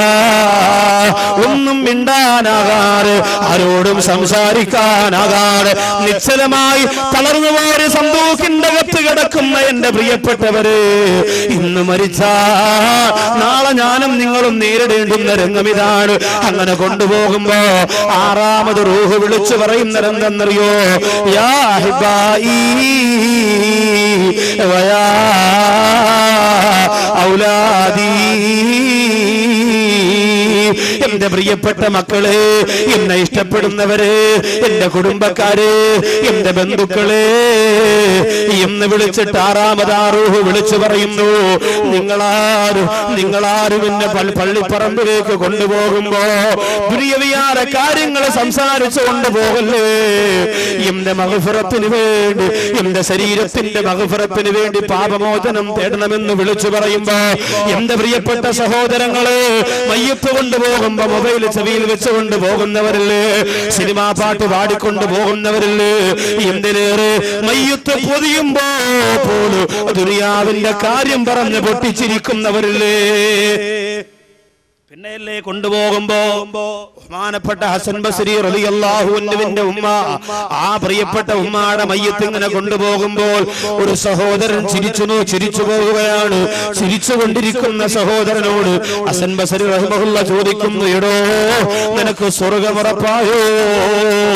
ആഖിറത്തിന്റെ വിജയം നിനക്കുറപ്പായോ? ആ സഹോദരൻ പറയുന്നു, ഇല്ല. ഹസൻ ബസ്രി റളിയല്ലാഹു അൻഹു പറയുന്നു, പിന്നെ എങ്ങനെ നിനക്ക് ചിരിക്കാൻ കഴിയും? ദുനിയാവിലെത്രയോ ആഡംബരത്തിന്റെ കോടാല് കൊണ്ട് ആത്മീയത വെട്ടിമുറിച്ച മനുഷ്യനല്ലേ, ഒന്നും ചലിക്കാൻ പോലും കഴിയാറ് ഇന്ന് കിടക്കുന്നൊരു പ്രിയപ്പെട്ടവരെ, ഇവിടെ എന്തെല്ലാം എടുത്തുമറിച്ച മനുഷ്യനാണ്. പള്ളിയിൽ എന്തൊക്കെ ബഹളമായിരുന്നു, നാട്ടിലെന്തൊക്കെ ബഹളമായിരുന്നു. കുറച്ച് പണം കിട്ടിയപ്പോ നാട്ടുകാരെ മുഴുവനും ചവിട്ടി തേച്ചുകൊണ്ട് പണത്തിന്റെ പത്തി വിടർത്തി ആടുന്നത് കണ്ട് അറിയാറ് ആനന്ദ നൃത്തത്തിന് ചുവട് വെച്ച് പോറ മനുഷ്യരല്ല. ദുനിയാവിന്റെ പച്ച മണ്ണോട് ചേർന്ന് പോയില്ലേ. അതുകൊണ്ട് സഹോദരങ്ങള്, ആ മയ്യത്ത് കൊണ്ടുപോകുമ്പോ നീ ചിന്തിക്കാറുള്ളത് എന്താണ്? നാളെ ഇതുപോലെ ഞാനും പോകുമല്ല. അതുകൊണ്ട് ഇവിടെ ചിരിക്കാറുള്ള സ്ഥലമല്ല, ഇവിടെ സന്തോഷിക്കാറുള്ള സ്ഥലമല്ല. ഈ മയ്യത്തിന് വേണ്ടി അല്ലാഹുമ്മ ഗഫിർ ലഹു വർഹംഹു, അല്ലാഹുമ്മ സബ്ബിത്ഹു ഇൻദസ്വാ, അല്ലാഹുമ്മ ജാഫിൽ ഖബറം ജംബൈ എന്ന മനോഹരമായ ദിക്റുകൾ ചൊല്ലിയിട്ട് ആ മയ്യത്തിന് വേണ്ടി നിറകണ്ണുകളോട് അല്ലാഹുവോട് പാപമോചനം ചോദിക്കേണ്ടുന്ന സമയമാണ്. ആ സമയത്ത് പോലും നമ്മൾ മൊബൈൽ തറയിൽ വെക്കൂലല്ലോ. എല്ലാരും മൊബൈൽ ഇങ്ങനെ ഇവിടെ ഇങ്ങനെ വെച്ച് തല ഇങ്ങനെ ഇരിക്കണം എല്ലാരും. യഥാർത്ഥത്തിൽ തല തിരിഞ്ഞു എന്ന് പറഞ്ഞാൽ ഇതാ തല തിരിഞ്ഞവൻ. തല തിരിഞ്ഞെന്ന് പറഞ്ഞാൽ ഇതാ സ്വഭാവം തെറ്റുന്നതല്ല, തല ഇങ്ങനെ തിരിഞ്ഞിരിക്കും. ബൈക്കിൽ അതാ പോര് വഴി കഴിഞ്ഞടാ, ഓക്കേടാ ഓക്കെ, തല ഇങ്ങനെ സ്ത്രീകൾ വീട്ടിൽ മീനിറക്കുന്നതോ മത്സ്യം ഇന്ന് അയലയാടി കിട്ടിയത് മൊബൈൽ ഇതാ ഇങ്ങനെ ചെവിയിലിരിക്കുക ഇന്ന് അയല. ചെറുപ്പക്കാർ പള്ളിയുടെ ബാത്റൂമിൽ പോയാൽ ഒരു വലത്തെ കൈയുടെ ഒരു വെള്ള സിബിലും ഇടത്തെ കൈ ഇങ്ങനെ മൊബൈലിലും. അത് ശരിയാ ബാത്റൂമിലാണ്. വെറുതെ പറയണമെന്നും അല്ല ഇത്. അവന് ദുനിയാവിന്റെ കാര്യങ്ങൾക്ക് മാത്രമേ ഉള്ളല്ലോ വെറുതെ അല്ലേ? ആലോചിച്ചു എന്തെല്ലാം കാര്യങ്ങളാണ് ഭൗതികമായ ലോകത്ത്. നമ്മൾ ഈ മൊബൈല് എപ്പോഴും ഫുൾ ടൈം നമ്മുടെ കയ്യിലുണ്ടാവും എന്ന് പറഞ്ഞാൽ ആവശ്യത്തിന് ഇത് ഉപയോഗിക്കണ്ട എന്നല്ല ഞാൻ പറയുന്നത്. മറിച്ച് ഈ ഇങ്ങനെയുള്ള സ്ഥലങ്ങളിൽ ഇങ്ങനെയുള്ള സാഹചര്യങ്ങൾ അതിനൊരു നിയന്ത്രണം ഞാനും നിങ്ങളും കൊടുത്തില്ലെങ്കിൽ അപകടമാണ്. വല്ലാത്ത ബുദ്ധിമുട്ട് നമുക്കുണ്ടാവും. മരണ വീട്ടിൽ പോലും മയ്യത്തിനെ കിടത്തി പൊതിഞ്ഞ് പള്ളിക്കകത്ത് കൊണ്ടുവന്നപ്പോ മയ്യത്തിന്റെ വയറ്റിന്റെ കഫം പൊതിഞ്ഞ് വെച്ച് വയറ്റിന്റെ ഉസ്താദ് ചോദിച്ചത് ആ മയ്യത്ത് അനങ്ങുന്നുണ്ട്, മരിച്ചിട്ടില്ല. അപ്പൊ നിസ്കരിച്ചുകൊണ്ട് അടക്കിയിരുന്നെങ്കിൽ എന്തിന്റെ മോൻ പറഞ്ഞു ഉസ്താദെ അത് ജീവനുള്ളതല്ല, എന്റെ മൊബൈല് വൈബ്രേഷനാണ്. ഉസ്താദ് പെട്ടെന്ന് പുതിയാൻ പറഞ്ഞപ്പോൾ ഞാനും കൂടെ കുനിഞ്ഞു ഇങ്ങനെ കെട്ടിക്കൊണ്ടുന്ന മൊബൈൽ അങ്ങ് വീണ്. പിന്നെ ഞാൻ വിചാരിച്ചു ഇപ്പൊ എടുക്കണ്ട, വാപ്പാക്കുന്നതിനും ബുദ്ധിമുട്ടുണ്ടെങ്കിൽ പോയിട്ട് വിളിച്ച് പറയട്ടെ. ഇതെന്റെ പ്രിയപ്പെട്ട ആലോചിച്ച് നോക്കുക. മരണ വീട്ടിൽ മയ്യത്ത് പൊതിയുമ്പോ വരെ അത്രയ്ക്ക് ലാഘവത്തോടു കൂടിയില്ലേ നമ്മൾ ആലോചിക്കും. വെറും ലാഘവത്തോടു കൂടി ചെയ്യാം. അതുകൊണ്ട് ശ്രദ്ധിക്കണം. നമ്മൾ എല്ലാവരും മൊബൈൽ ഉപയോഗിക്കുന്നവർ എല്ലാ സകല ആൾക്കാരും അതിനു വേണ്ടി ഉപയോഗം. പിന്നെ പക്ഷെ പലർക്കും പറഞ്ഞുകൂടെ ഗൾഫിൽ നിന്ന് വാപ്പമാ പിന്നെ മക്കൾ വരുമ്പോ ആദ്യം വാപ്പാക്ക് നീളമുള്ള മൊബൈൽ വാങ്ങിച്ചു. പാപ്പ ഉടനെ കടയിൽ വന്നിട്ട് കോയാക്കാട് പറയടാ മോൻ കൊണ്ടുവന്നതാ അടിപൊളി മൊബൈലാണ് സെറ്റപ്പാന്നൊക്കെ പറയും. ഉടനെ ഇതൊന്ന് ഓണാക്കാൻ നല്ലതുപോലെ അറിഞ്ഞുകൂടാ, ഓഫ് ആക്കാൻ അറിഞ്ഞുകൂടാ, കോള് വരുമ്പോ എടുക്കാൻ മാത്രം അറിയാം. അതുകൊണ്ട് ആദ്യമായിട്ട് വെള്ളിയാഴ്ച പള്ളിയിൽ പോയി. പള്ളിയിൽ ചെല്ലുമ്പോൾ ഉസ്താദ് എന്താ പറയാ, സഫുകൾ നേരെയാക്കുക, മൊബൈൽ ഓഫ് ആക്കുക. എല്ലാ ഉസ്താദന്മാരും പറയും. പറഞ്ഞില്ലെങ്കിൽ അന്ന് അവിടെ ബഹളമാണ്. ഇപ്പാവാക്ക് ഇത് ഓഫ് ആക്കാനും പറഞ്ഞൂടാ. ഉസ്താദ് അങ്ങനെ പള്ളിയൊക്കെ നിശബ്ദമായി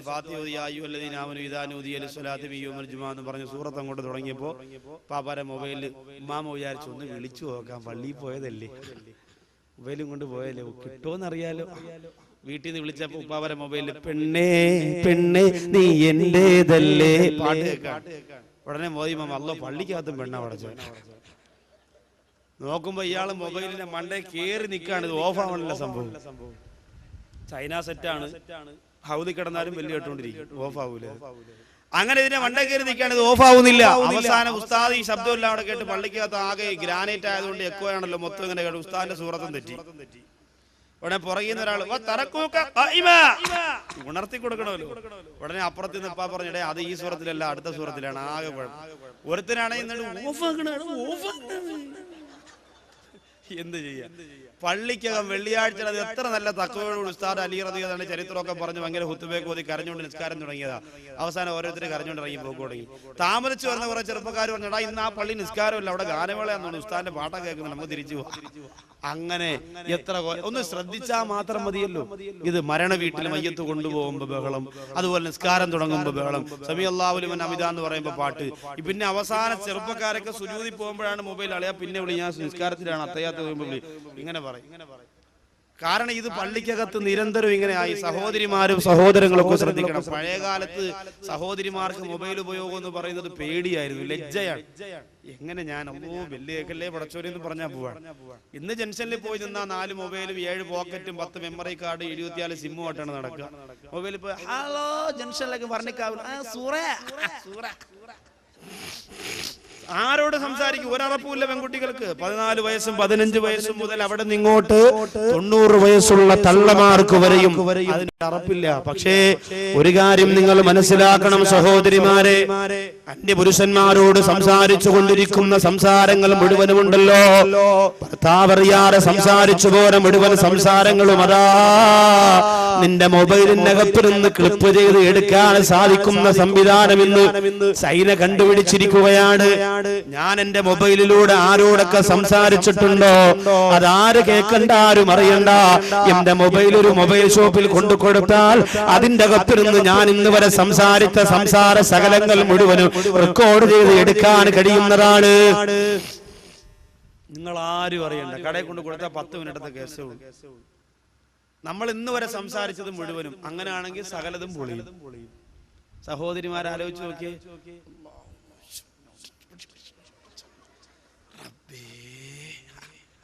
ആലോചിച്ച് നോക്കി. നമ്മുടെ ഈ മൊബൈൽ എന്ന് പറയുന്ന സംഭവത്തിന്റെ ഗൗരവം നിങ്ങൾക്ക് മനസ്സിലായി. ഇപ്പൊ എത്ര മണിയാണെന്ന് ആലോചിച്ച് നോക്കി. 9:25 അല്ലെങ്കിൽ 9:30 അല്ലെങ്കിൽ 9:20. ഈ സമയത്ത് ഞാൻ എന്റെ മൊബൈൽ ഓഫാക്കി വെക്കുകയാണെന്ന് കരുതിക്കോ. ഓഫാക്കി വെക്കുന്ന മൊബൈൽ 9:30 ഞാൻ ഓഫാക്കുന്ന മൊബൈൽ 10:30 ഞാൻ ഓണാക്കുകയാണ്. 10:30 ഓണാകുമ്പോ ഈ മൊബൈലിൽ എത്ര മണിയാവണം? 9:30 ആകാവൂ. കാരണം ഓഫാക്കി വെച്ചിരുന്ന സാധനമാണ്. 9:30 ഓഫാക്കിയതാണ്. അപ്പൊ ഇനി ഓണാക്കുമ്പോൾ 9:30 ആവാവൂ. പക്ഷെ 10:30 ഞാനത് ഓണാക്കുമ്പോ അതിനകത്ത് 10:30 ആയി. അപ്പൊ ഇത് ജീവനില്ലാതെ ഓഫാക്കി വെച്ചിരുന്ന സെറ്റിനകത്ത് ടൈം പ്രവർത്തിച്ചിരിക്കുകയാണല്ലോ അല്ലേ? അതാ സംഭവം. ഇത് ചെറിയ കാര്യമൊന്നുമല്ല. ഇത് അടുത്തിരുന്ന് സംസാരിക്കുന്നത് പോലും ചിലപ്പോ ഇതിനകത്ത് റെക്കോർഡിങ്. സഹോദരിമാര് പറയുമ്പോ അങ്ങനെയാണെങ്കിൽ ഇനിയിപ്പോ കൂടെ കൊണ്ടു നടക്കാൻ വരെ പറ്റൂലല്ലോ. പടച്ചോ എല്ലാം പൊളിയും. നിങ്ങൾ എന്താ കരുതിയത്? അള്ളാഹു സുബ്ഹാനഹു വ തആല ഇപ്പോ ഈ ഒരു കാലയളവിൽ ഇത് വന്നപ്പോ നിങ്ങൾക്ക് പേടിയായില്ലേ? പഴയ കാലത്തൊക്കെ റക്കീബ് അത്തീത് നിങ്ങൾ പറയുന്നതെല്ലാം റെക്കോർഡ് ചെയ്ത് എടുക്കുമെന്ന് പറഞ്ഞപ്പോ നമ്മളൊന്നും വിശ്വസിച്ചില്ല. ഇപ്പൊ നമ്മുടെ കയ്യിലിരിക്കുന്ന മൊബൈല് പോലും പഴയ കാലത്ത് നാം സംസാരിച്ച ഈ മൊബൈലിനകത്ത് എന്തൊക്കെ സംസാരിച്ചിട്ടുണ്ടോ അത് മുഴുവനും അതായി എടുക്കാൻ പറ്റുന്ന അവസ്ഥയിലേക്ക് എത്തിയെങ്കിൽ ഒരു വാക്കുപോലും അള്ളാഹുവിന്റെ കോടതിയിൽ മാറൂല. ദുനിയാവിൽ പറഞ്ഞതല്ല, അള്ളാഹുവിന്റെ അടുത്ത് എന്റെ പ്രിയപ്പെട്ടവരെ സേവ് ചെയ്ത് വെച്ചിട്ടുണ്ട്. അള്ളാഹു കാത്തുരക്ഷിക്കട്ടെ. നല്ലത് പറയാനും നല്ലത് ചെയ്യാനും അള്ളാഹു തൗഫീഖ് തരട്ടെ. വിഷയത്തിലേക്ക് മടങ്ങി വരുന്നു. അതുകൊണ്ട് മയ്യത്ത് ചുമന്ന് പള്ളിപ്പറമ്പിലേക്ക് പോകുമ്പോ അതിനോട് അനാദരവ് കാണിക്കല്ലേ. അതുപോലെ നിന്നെയും കൊണ്ടുപോകാനുള്ളതാണെന്ന ചിന്ത വേണം. അതുപോലെ നിന്നെയും അവ പള്ളിപ്പറമ്പിലേക്ക് കൊണ്ടുപോയി അടക്കുമെന്നുള്ള ചിന്ത എന്റെ പ്രിയപ്പെട്ട സഹോദരങ്ങളെ നമുക്ക് ആവശ്യം. ഇനി 8ാമതെപ്പോഴാണ് നമ്മുടെ റൂഹ് വിളിക്കുന്നത്? 7ാമത് നമ്മുടെ റൂഹ് നമ്പരപ്പെടുന്നത് എപ്പോഴാണ്? അതേ പള്ളിപ്പറമ്പിലേക്ക് കൊണ്ടുപോകാ സമയമായി. നിസ്കാരത്തിന് മുമ്പരാ പള്ളിക്കകത്തേക്കാ മയ്യത്തിനെ എടുത്തു വെക്കുമ്പോ ആ റൂഹ് തന്റെ കുടുംബക്കാരായ തന്റെ ബന്ധുക്കളായ തന്റെ ശരീരം ചുമന്നുകൊണ്ട് വരുന്നവരെ നോക്കിയിട്ട് പറയുന്നു, ലാ തഉറന്നകുമുദ് ദുനിയാ കമാ ദുനിയാവ് നിങ്ങളെ വഞ്ചിക്കാതിരിക്കട്ടെ, ദുനിയാവ് നിങ്ങളെ ചതിക്കാതിരിക്കട്ടെ. കമാ വറത്തനി, എന്നെ ആ ദുനിയാവ് ചതിച്ചതുപോലെ എന്നെ ദുനിയാവ് പോലെ നിങ്ങളെ ദുനിയാവ് ചതിക്കാതിരിക്കട്ടെ എന്ന് പറയുകയാണ്. പ്രിയപ്പെട്ടവരെ ആലോചിക്കുക. ഓരോരുത്തരും ദുനിയാവിന്റെ ചതിയിൽപ്പെട്ടില്ലേ? പണത്തിന്റെ ചതിയിൽപ്പെട്ടില്ലേ? പെണ്ണിന്റെ ചതിയിൽപ്പെട്ടില്ലേ? ആഡംബരത്തിന്റെ കുരുക്കിൽപ്പെട്ടില്ലേ? ഇന്ന ദുനിയാ ഹുൽവത്തുൻ ഹദുറാ, പച്ച പിടിച്ച കാണാൻ രസമുള്ളതാണ് പ്രിയപ്പെട്ടവരെ ദുനിയാവ്. അതുകൊണ്ട് ദുനിയാവിന്റെ പിന്നാലെ പോകല്ലേ. 7ാമതാം അയ്യപ്പന്റെ റൂഹ് പറയുന്നതാണ്, അയ്യപ്പ ചുമന്നുകൊണ്ട് വരുന്നവരെ, നിസ്കാരം കഴിഞ്ഞ് പോകാൻ തീരുമാനിച്ചവരെ, അടക്കി കഴിഞ്ഞ് പോകാൻ തീരുമാനിച്ചവരെ, ദുനിയാവ് നിങ്ങളെ വഞ്ചിക്കാതിരിക്കട്ടെ. ഉസ്താദുമാരുടെ വാല് കേട്ട് ഞാനും തീരുമാനിച്ചതാണ് നിസ്കാരം തുടങ്ങണമെന്ന്, തലമറക്കണമെന്ന്, നോമ്പ് പിടിക്കണമെന്ന്, സ്വലാത്ത് ചൊല്ലണമെന്ന്, പള്ളിയുമായി ബന്ധപ്പെടണമെന്ന്. പക്ഷേ എന്നെ ഇബ്ലീസ് നശിപ്പിച്ചു കളഞ്ഞു, എന്നെ ദുനിയാവ് കുരുക്കി കളഞ്ഞു. അതുകൊണ്ട് വേണ്ട, എന്നെ നശിപ്പിച്ചതുപോലെ എന്റെ മയ്യത്ത് ചുമക്കുന്നവരെ നിങ്ങളെ നശിപ്പിക്കാതിരിക്കട്ടെ. എന്റെ ജീവിതം തീർന്നു, നിങ്ങൾക്കൊരു ജീവിതം ബാക്കിയാണ്. ബാക്കിയുള്ള ജീവിതം 1 സെക്കൻഡ് ആണെങ്കിൽ പോലും നിങ്ങൾ ഭാഗ്യവാന്മാരാണ്. നിങ്ങൾക്ക് പ്രവർത്തിക്കാനുള്ള സ്വാതന്ത്ര്യമുണ്ട്. എനിക്കതില്ലല്ലോ, എന്റെ റൂഹ് പിരിഞ്ഞല്ലോ. അതുകൊണ്ട് ഈ വിളിയാണ് 6ാമത് 7ാമതായിട്ട് ആ റൂഹ് അയ്യപ്പ് ചുമന്നുകൊണ്ട് പോകുന്നവരോട് വിളിച്ചു പറയുന്നതെങ്കിൽ നമ്മളാരും അത് അറിയുന്നില്ല, നമ്മളാരും അത് ശ്രദ്ധിക്കുന്നില്ല. വീണ്ടും പറയുന്നു, വലാ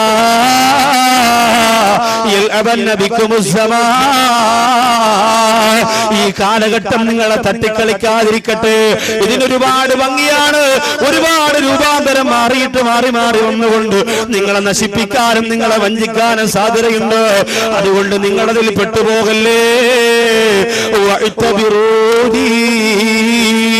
എന്റെ മയ്യത്ത് കണ്ടോ, എന്റെ കുളിപ്പിക്കൽ കണ്ടോ, എന്റെ ഖബറടക്കം കണ്ടോ, ഈ കിടക്കുന്ന കിടപ്പ് കണ്ടിട്ട്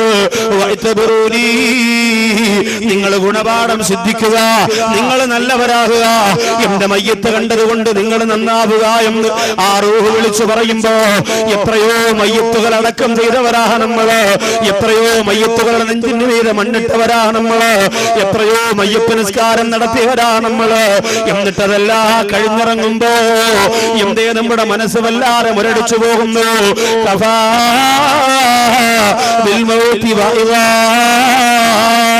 അല്ലാഹുവിന്റെ റസൂൽ പറയുന്നു, ഏറ്റവും നല്ല വായിലാരാണ്, ഏറ്റവും നല്ല പ്രഭാഷകനാരാണ്, ഏറ്റവും നല്ലതുപോലെ ദുനിയാവിൽ ഉപദേശ നിർദ്ദേശം കൊടുക്കാൻ കഴിവുള്ളതാർക്കാന്നറിയോ? അത് മരണത്തിന് മാത്രമാണ്, അത് മരണത്തിന് മാത്രമാണ്. മരണത്തെ കുറിച്ച് ചിന്തിക്കുന്നവർക്ക് ഈമാനില്ലാത്ത നിമിഷം കിട്ടില്ല. മരണത്തെ കുറിച്ച് ചിന്തിച്ചുകൊണ്ട് നിസ്കരിക്കുന്നവർക്ക് ആ നിസ്കാരത്തിന് വല്ലാത്ത രസമാണ്. മരണത്തെ കുറിച്ച് ചിന്തിച്ചുകൊണ്ട് ഖുർആൻ ഓതുന്നവർക്ക് ഖുർആൻ ഓതി കൊതി തീരൂല. പക്ഷേ നമ്മൾ ആരും ചിന്തിക്കാത്തതെന്തുകൊണ്ടാണ്? ഉസ്താദേ, ഞാൻ സഞ്ചരിക്കുന്ന വാഹനം അറിയൂല, ഞാൻ കഴിക്കുന്ന ഭക്ഷണത്തിൽ വിഷാംശം ഉണ്ടാവില്ല, എനിക്ക് ക്യാൻസർ വരില്ല, എനിക്ക് ട്യൂമർ വരില്ല, എനിക്ക് അപകടം വരില്ല. ഇതൊക്കെ ചിന്തിച്ചുകൊണ്ട് കഴിയുന്നവരെ ഇതിനേക്കാൾ ആർത്തിയോട്, ഇതിനേക്കാൾ ആഗ്രഹത്തോട്, ഇതിനേക്കാൾ ആശയോട് എവിടെ ഭരണിക്കാവിൽ ജീവിച്ചിരുന്ന നൂറുകണക്കാട് മനുഷ്യര് ഞാനും നിങ്ങളും കൊണ്ടുപോയിട്ട് പച്ചമണ്ണിലേക്ക് കുഴിച്ചു മൂടിയില്ലേ? മുകളിൽ മണ്ണാണ്, അടിയിൽ മണ്ണാണ്, അരികിൽ മണ്ണാണ്. എന്റെ പ്രിയപ്പെട്ടവരെ, കിടന്നിട്ടുണ്ടോ? പട്ടുമെത്തയിൽ മാത്രം കിടന്നാ പോരല്ലോ, പച്ചപ്പറയിൽ കിടന്നിട്ടുണ്ടോ? പായ വിരിച്ച മാർബിൾ കിടക്കുന്നതല്ല, ഗ്രാനൈറ്റിൽ കിടക്കുന്നതല്ല, ഓടിട്ടിച്ച മുറ്റത്ത് കിടക്കുന്നതല്ല, പച്ച മണ്ണിൽ കിടക്കാൻ കിടന്നിട്ടുണ്ടോ? ഇല്ലെങ്കിൽ അതാ പെണ്ണേ, നെറ്റിന്റെ ചുരിദാറിട്ടുകൊണ്ട് അന്യപുരുഷന്മാര് ശ്രദ്ധിക്കുന്ന ജനിച്ചറിൽ പോയി മൊബൈലും ചെവിയിൽ വെച്ച് ചുണ്ട് ചുമപ്പിച്ച് കറങ്ങി നടക്കുന്ന എന്റെ പ്രിയപ്പെട്ട മഹിളകളെ, നിങ്ങൾ മോശക്കാരാണെന്നല്ല ഞാൻ ഈ പറഞ്ഞതിന്റെ അർത്ഥം. നിങ്ങൾ പെണ്ണല്ലേ, പെണ്ണിന്റെ പിന്നാലെ പിശാചെപ്പോഴുമുണ്ട്. അതുകൊണ്ട് ശ്രദ്ധിക്കണേ മോളെ, ഇത് ദുനിയാവിന്റെ ചതിയാണ്, പിശാചിന്റെ വലയാണ്. അതിൽ കുരുങ്ങിപ്പോയാൽ അവസാനം നമ്മുടെ റൂഹിന് ഇതുപോലെ പറഞ്ഞു കൊടുക്കേണ്ടി വരും. നിങ്ങൾ കൊടുങ്ങല്ലേ. ദുനിയാവെന്ന് പറഞ്ഞാൽ എന്താ? ലാ തത്തഖിദു ദുനിയാ റബ്ബാ വതത്തഖിദുകും അബീദാ. നിങ്ങൾ ഒരിക്കലും ദുനിയാവിനെ റബ്ബായിട്ട് സ്വീകരിക്കല്ലേ. വതത്തഖിദുകും അബീദാ, എന്നാൽ ആ ദുനിയാവ് നിങ്ങളുടെ അടിമയാക്കി മാറ്റുമെന്ന് റൂഹുല്ലാഹി ഈസാ നബി അലൈഹിസ്സലാത്തു വസ്സലാം പറയുകയാണ്. അതുകൊണ്ട് ദുനിയാവിനേക്കാൾ ആഖിറത്തിനെ ഏറ്റവും ഇഷ്ടപ്പെടുന്നവരായി ഞാനും നിങ്ങളും മാറുക. അല്ലാഹുവിനോട് 100 കാര്യം ചോദിക്കുമ്പോ 80 കാര്യം ആഖിറത്തിന് വേണ്ടി ചോദിച്ചിട്ട് 20 കാര്യം ദുനിയാവിന് വേണ്ടി ചോദിക്കണം സഹോദരിമാരെ. അല്ലാതെ എല്ലാം കുടുംബത്തിന് വേണ്ടി, എല്ലാ മക്കൾക്ക് വേണ്ടി, എല്ലാം വീടിന് വേണ്ടി, എല്ലാം ദുനിയാവിന് വേണ്ടി, എല്ലാ പണത്തിന് വേണ്ടി മാത്രം പടച്ചറപ്പിനോട് കൈനീട്ടി ഇരുന്നാ പോരാ. ആഖിറത്ത് ചിന്തിച്ചുകൊണ്ട് കരഞ്ഞോ. അങ്ങനെയുള്ളവർക്കിട അവര് മരണപ്പെടുമ്പോഴാണ് മാലാഖമാരിറങ്ങി വരുന്നത്. അബ്ശിറൂ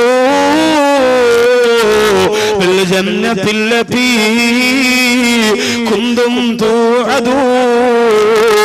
അല്ലാഹു വാഗ്ദാനം ചെയ്തിരിക്കുന്ന സ്വർഗം നിങ്ങൾ കണ്ടോ എന്ന് പറഞ്ഞിട്ട് നിങ്ങളെ സമാധാനിപ്പിക്കുന്നത് ആഖിറത്തിന് വേണ്ടി ജീവിക്കുന്നവർക്കാണ്. പ്രിയപ്പെട്ടവര്, അല്ലാഹുവിന്റെ ഹബീബ് പറയുകയാണ്, ആഖിറത്തെക്കാൾ ദുനിയാവിനെയാണ് നിങ്ങൾ ഏറ്റവും അധികം ഇഷ്ടപ്പെടുന്നത് എങ്കിൽ റഹ്മാനായ പടച്ചറമ്പുരാ നിങ്ങൾക്ക് 4 ബുദ്ധിമുട്ട് തരുന്നതാണ്. മന്ന സുബ്ഹ വദ്ദുനിയാ അക്ബറ ഹംദിഹി അൽസമല്ലാഹു തആല അലാ ഖൽബിഹി 4 ഖിസാൽ. ആഖിറത്തെക്കാൾ ദുനിയാവിനെയാണ് നിങ്ങൾ ഏറ്റവും അധികം ഇഷ്ടപ്പെടുന്നത് എങ്കിൽ അവർക്ക് പടച്ചതമ്പുരാൻ 4 കാര്യങ്ങൾ തരുന്നതാണ്. ഒന്നാമത്തത്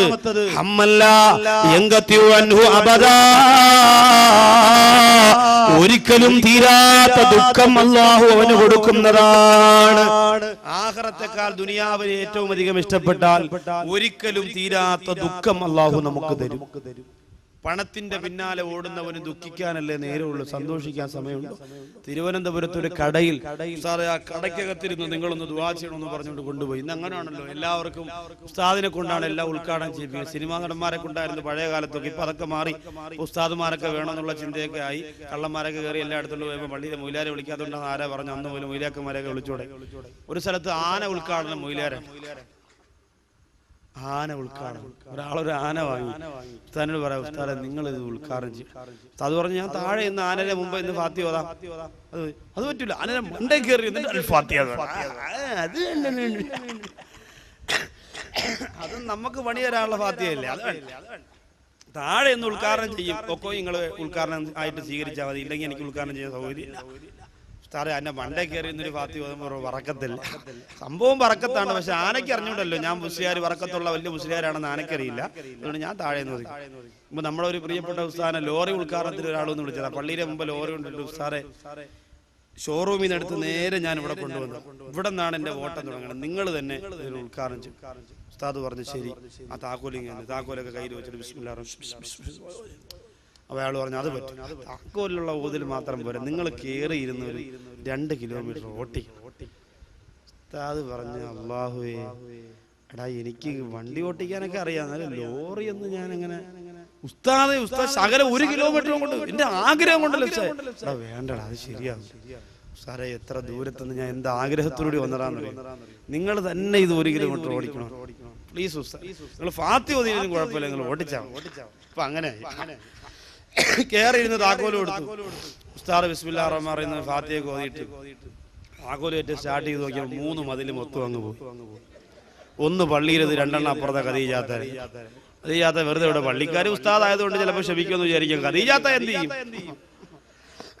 അവസാനം ഉസ്താദല്ലേ പിടിച്ചു നിൽക്കണ്ടേ, ഇയാള് വന്നിട്ട് പറഞ്ഞു ഉസ്താദെ ഇങ്ങനെ ഒട്ടിക്കാനല്ല പറഞ്ഞത്. എടാ ഞാൻ അന്നേരം പറഞ്ഞത് എനിക്ക് അത്ര പ്രാക്ടീസ് ഇല്ല, ഇപ്പൊ എന്ത് പറ്റിപ്പോയി ഉസ്താദ്? എടാ കുഴപ്പമൊന്നുമില്ല, ഈ വണ്ടി കൊണ്ട് നീ പോകുമ്പോ ദുനിയാവിൽ വെച്ച് നിന്റെ ജീവിതത്തിൽ ഇടിക്കാനുള്ള 3 മതിലുണ്ടായിരുന്നു, അത് അള്ളാഹു ഇപ്പൊ എന്റെ കൈ കൊണ്ട് ഇടിച്ചു തന്നാണ്, ഇനി ഒരിക്കലും ഇടിക്കൂല, ധൈര്യമായിട്ടുണ്ടായിരിക്കും. അപ്പൊ ഇതങ്ങ് കെട്ടിക്കൊടുത്താൽ മതി, കുഴപ്പമൊന്നും ഉണ്ടാവില്ല. കാരണം എന്താ പറയുക, ചില ആൾക്കാർക്ക് അങ്ങനെയാണ് എല്ലാം അങ്ങനെ ഉദ്ഘാടനം. അങ്ങനെ ഒരു കടയിൽ ഉദ്ഘാടനത്തിന്റെ അവിടെ കടയിൽ കച്ചവടം കുറവാണ് ഉസ്താദ് ദുആ ചെയ്യണമെന്ന് പറഞ്ഞുകൊണ്ട് അട്ടക്കുളങ്ങരയില ആ കടയ്ക്കകത്ത് ചെന്നപ്പോ ആ കടയിലെ മക്കളാണ് കട നടത്ത, ഉമ്മ വന്നിട്ട് കരഞ്ഞുകൊണ്ട് പോകും. വലിയൊരു ടെക്സ്റ്റൈൽസാ, നമ്മളൊക്കെ വലിയ വലിയ കല്യാണത്തിനൊക്കെ പോയി തുണിയെടുക്കാൻ പോണവരാ. 37 ലക്ഷം രൂപയാണ് കടം. എത്രയാ? 37 ലക്ഷം. വലിയ കടയാണ്. വാഹനം 2 മക്കളാണ് കടയിൽ ഇരിക്കാൻ വരെ, 2 മക്കൾക്ക് ഓരോ സ്വിഫ്റ്റ് വാഹനമാണ്. ഉമ്മാക്ക് പിന്നെ സ്കൂട്ടർ. 37 ലക്ഷം. വാടക എത്രയെന്നറിയുമോ? അതിന്റെ വാടക 75,000 രൂപയാണ്. 10 ദിവസം കൂടുമ്പോ 75,000 രൂപ കൊടുക്കണം. 10 ദിവസം കൂടുമ്പോ 75, 10 ദിവസം കൂടുമ്പോ 75, അങ്ങനെ കൊടുത്തോണ്ടിരിക്കും. വലിയ തുണിക്കടയാണ്. അവര് പറയുന്നു വീട് വാടകയ്ക്കാണ്, കട വാടകയ്ക്കാണ്. 37 ലക്ഷം രൂപ നിലവിൽ കടമുണ്ട്. ഒരു രാത്രി അവർക്ക് സമാധാനമായിട്ട് കിടന്നുറങ്ങാൻ പറ്റും. നിങ്ങൾ ആലോചിച്ചു, ഒരൊറ്റ രാത്രി. നിങ്ങൾക്ക് ഇതുപോലെ അച്ചാരെടുത്ത് വാള മാറ്റോണ്ടിരാൻ പറഞ്ഞു, വേള മാറ്റോണ്ടിരാൻ പറഞ്ഞു, കൊണ്ടുവന്നില്ല, വാള ആയിപ്പോ എന്ന് പറഞ്ഞുകൊണ്ട് നിങ്ങൾ പിണങ്ങി കിടക്കുന്നു. ആലോചിച്ച് നോക്കി, എന്തൊക്കെ നിസാരമായ കാര്യങ്ങൾക്ക് വേണ്ടി ഭർത്താവിനോട് വഴക്കിട്ടുകൊണ്ട് പിണങ്ങി കിടക്കുന്നില്ല. 37 ലക്ഷം രൂപയുടെ കടം തലയ്ക്ക് മുകളിൽ വെച്ചുകൊണ്ട് കഴിയുന്ന സഹോദരന് 1 സെക്കൻഡ് സമാധാനമുണ്ടോ? ഹമ്മല്ലാ യൻഖതിഉ അൻഹു അബദാ, ഒരിക്കലും തീരാത്ത ദുഃഖം ഞാൻ അവന് കൊടുക്കുന്നതാണ്. ഒരിക്കലും തീരൂല ആ ദുഃഖം. ദുനിയാവിനോടുള്ള പ്രേമം വിട്ടേ തീരും, അല്ലെങ്കിൽ തീരൂല. എന്റെ പ്രിയപ്പെട്ട, എന്തിനാ നമ്മൾ ആലോചിക്കുക? ഭാര്യമാര് എപ്പോഴും നമ്മളോട് പറയുന്നതാണല്ലോ, ഭാര്യമാര് പറയലോ വീട് വെക്കണം, നീ എന്ന് ചാടി കൊടുക്കണ്ടേ, അപ്പൊ അതൊക്കെ സമയമാവട്ടെ. അവസാനം ഗീതി കെട്ടിട്ട് ഇയാൾ എന്ത് തീരുമാനിച്ചു? ആകെയുള്ള ഒരു 20 സെന്റോ 15 സെന്റോ കൊണ്ടുപോയി സൊസൈറ്റിയിൽ ലോൺ വെക്കാൻ തീരുമാനിച്ചു. ലോൺ വെക്കുന്നു, 10 ലക്ഷം രൂപ കിട്ടി. മെമ്പറുമായിട്ടൊക്കെ നല്ല കമ്പനിയാണെങ്കിൽ കൈക്കൂലിയൊക്കെ കൊടുക്കാൻ അറിയുമെങ്കിൽ ചിലപ്പോൾ 5 ലക്ഷം 10 ലക്ഷം ആവും. കിട്ടി, വീട് വെച്ചു. വാർത്ത് കഴിയുന്നത് വരെ ആയി 10 ലക്ഷം രൂപ. ഇപ്പോഴത്തെ മണലും ചല്ലിയും കമ്പിയും ഒക്കെ ആലോചിച്ച് നോക്കിയ, സിമെന്റും ഒക്കെ.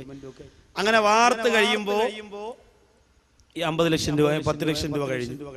പള്ളി വെക്കാനാണെങ്കിൽ നമുക്കിപ്പോ വാർത്തിട്ടിട്ട് വാക്കൊക്കെ വിളിച്ചിട്ട് ഒരു മതപ്രസംഗം വെക്കാൻ തീരുമാനിക്കും. കമ്മിറ്റിക്കാർ ഇപ്പൊ അങ്ങനെ വാത് നോക്കിയാൽ മതി. ഹലോ ഉസ്താദ് തന്നെ, ഉസ്താദ് വാക്കേ ഉസ്താദല്ലേ, കാസറ്റൊക്കെ കിട്ടി. പിന്നെ നമുക്ക് ഇവിടെ ഒരു 50 ലോഡ് സിമന്റ് ഇറക്കണമായിരുന്നു. ഉസ്താദ് വരോ? അതെ യൂണിയൻകാരനാണ്. നമുക്ക് മദ്രസയുടെ ബാത്റൂം പൊളിഞ്ഞു കിടക്കണം. ഉസ്താദെത്തി വന്നിരുന്നെങ്കിൽ ഒന്ന് ക്ലിയർ ആക്കായിരുന്നു. ബാത്റൂമിലെ ക്ലോസറ്റ് വെക്കാനല്ല എന്റെ ജോലി. വിളിക്കണം എന്തിനാന്നറിയോ? സംഭവം ഇതാ, പിരിച്ചു കൊടുക്കാനാ സംഭവം. അത് അവസാനേ പറയുള്ളൂ. ആദ്യം ഇത് മേശിരിമാരെ വിളിക്കണടക്കാൻ വിളിക്കണേ ഇപ്പൊ വാതിൽ. ഏതായാലും അൽഹംദുലില്ലാ, അല്ലാഹു സുബ്ഹാനഹു വ തആല പള്ളിക്കൊരു കടം വന്നാൽ എന്റെ പാവപ്പെട്ട സഹോദരിമാരോട് കൈനീട്ടിയാൽ എന്തായാലും അവർ തരും. ആണുങ്ങളായ നിങ്ങളും തരും. പള്ളിയുടെ എന്താവശ്യം എവിടെ പറഞ്ഞിട്ടുണ്ടോ, പള്ളിക്ക് വേണ്ടിയാണെങ്കിൽ മനസ്സുരുകി ഉള്ളവരും ഇല്ലാത്തവരൊക്കെ എന്ന് പറഞ്ഞ് വീട് വെക്കുമ്പോൾ നമുക്ക് വാത് വയ്ക്കാൻ പറ്റും. വീട് വാലി വാച്ചും മതപ്രഭാഷണ പരമ്പരയും മിമിസ് പരേഡും അത് പറ്റൂലല്ലോ. അപ്പൊ അതുകൊണ്ട് കടം വന്നുപോയാൽ തീർന്നു. അപ്പൊ 10 ലക്ഷം രൂപ 15 ലക്ഷം രൂപ കടം തലയിൽ വെച്ചുകൊണ്ട് ആ വീട്ടിന്റെ അകത്ത് എങ്ങനെ സമാധാനമായിട്ട് കഴിയുമെന്റെ പ്രിയപ്പെട്ടവരെ? കടം വീടാനുള്ള പ്ലാൻ നീ കണ്ടെത്തിയില്ലാരെങ്കിൽ സമാധാനം നിനക്ക് ലഭിക്കുകയില്ല. പലിശയിലേക്ക് ബന്ധപ്പെട്ടു പോയാൽ അതിങ്ങനെ കുന്നുകൂടിക്കൊണ്ടിരിക്കും. അവസാനം ഭാര്യയുടെ സ്വർണമെല്ലാം പണയത്തിൽ കൊണ്ടുവച്ചു. മക്കൾക്ക് കിട്ടിയത് മുഴുവനും പണയം വെച്ചു. അവസാനം ഭാര്യമാർക്ക് ടെൻഷനില്ല. പുതിയ വീടായി, സ്വർണം കുറച്ചു കഴിയുമ്പോ മച്ചകെടുത്തു തരും, എന്നാലും കുഴപ്പമില്ല. അതേ ഗോൾഡ് മുക്കിയ 200 രൂപയുടെ മാലയുണ്ടല്ലോ, അതുകൊണ്ട് ആ മാല കൊണ്ട് പൊരുത്തപ്പെടാമെന്ന് പറഞ്ഞ് 2 നില കൊട്ടാരത്തിന്റെ സിറ്റ് ഔട്ടിൽ ഇരുന്നു കൊണ്ട് മാതൃഭൂമിയും മനോരമയും പത്രം കാല് നീട്ടിയിരുന്ന് വായിക്കുന്ന പെണ്ണേ, സമാധാനം നിനക്കുണ്ടാകും. പക്ഷേ നിന്റെ ഭർത്താവിന് സമാധാനമില്ല.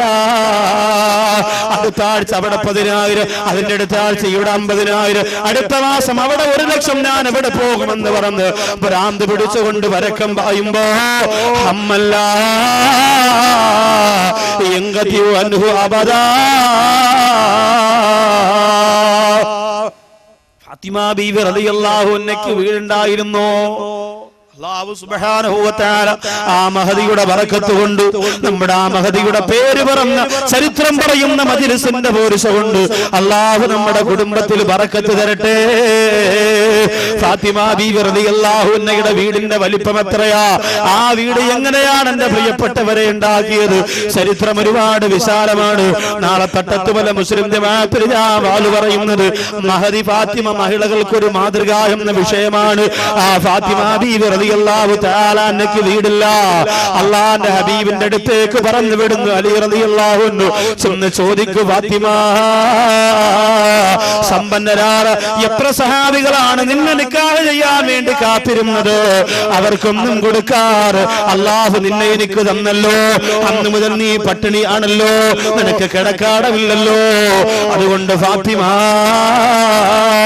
നിന്റെ ഹബീബിനോട് പോയി പറഞ്ഞാൽ ഒരു സഹാബിക്ക് 2 വീടുണ്ട് ഫാത്തിമ, അതിൽ നിന്ന് ഒരു വീട് നിനക്ക് തരാൻ പറഞ്ഞ തരുമല്ലോ ഫാത്തിമ എന്ന് പറയുമ്പോ ഫാത്തിമ ബീവി റളിയല്ലാഹു അൻഹ മനസ്സോടെ നബി തങ്ങളുടെ മുമ്പിലേക്ക് ചെല്ലുകയാണ്. യാ റസൂലല്ലാഹ്, എന്റെ സ്വന്തം ഇഷ്ടപ്രകാരം വന്നതല്ല നബിയേ, എന്റെ മനസ്സനുവദിച്ചിട്ട് വന്നതല്ല, എന്റെ ഭർത്താവ് നിർബന്ധിച്ചത് കൊണ്ട് വന്നതാണ്. ഒന്ന് ചോദിക്കുമോ നബിയേ? ഒരു വീട് എനിക്ക് വേണമെന്നൊന്ന് ചോദിക്കുമോ നബിയേ? അല്ലാഹുവിന്റെ റസൂല് പറയുന്നു, ഫാത്തിമ, നിനക്ക് വീട് തരാൻ ആഗ്രഹമുള്ളവരാണ് ഞാൻ, നിന്റെ കഷ്ടപ്പാട് മാറണമെന്ന് കൊതിയുള്ളവരാണ് ഞാൻ.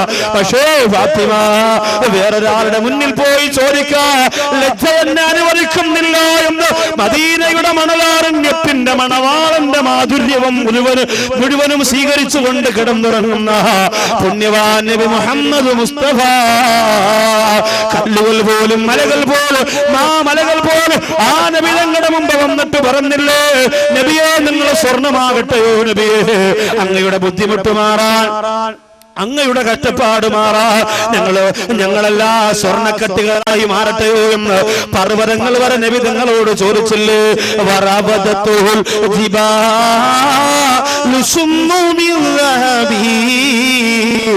നബിയെ നിങ്ങൾ സ്വർണമാകട്ടെ എന്ന് നബി തങ്ങളോട് ചോദിച്ചപ്പോ അല്ലാഹുവിന്റെ റസൂല് പറഞ്ഞിരുന്നാ, അല്ലാഹുമ്മ അഹീനി മിസ്കീൻ എന്നെ ഒരു മിസ്കീനായിട്ട് ജീവിപ്പിക്കണേ അല്ലാ.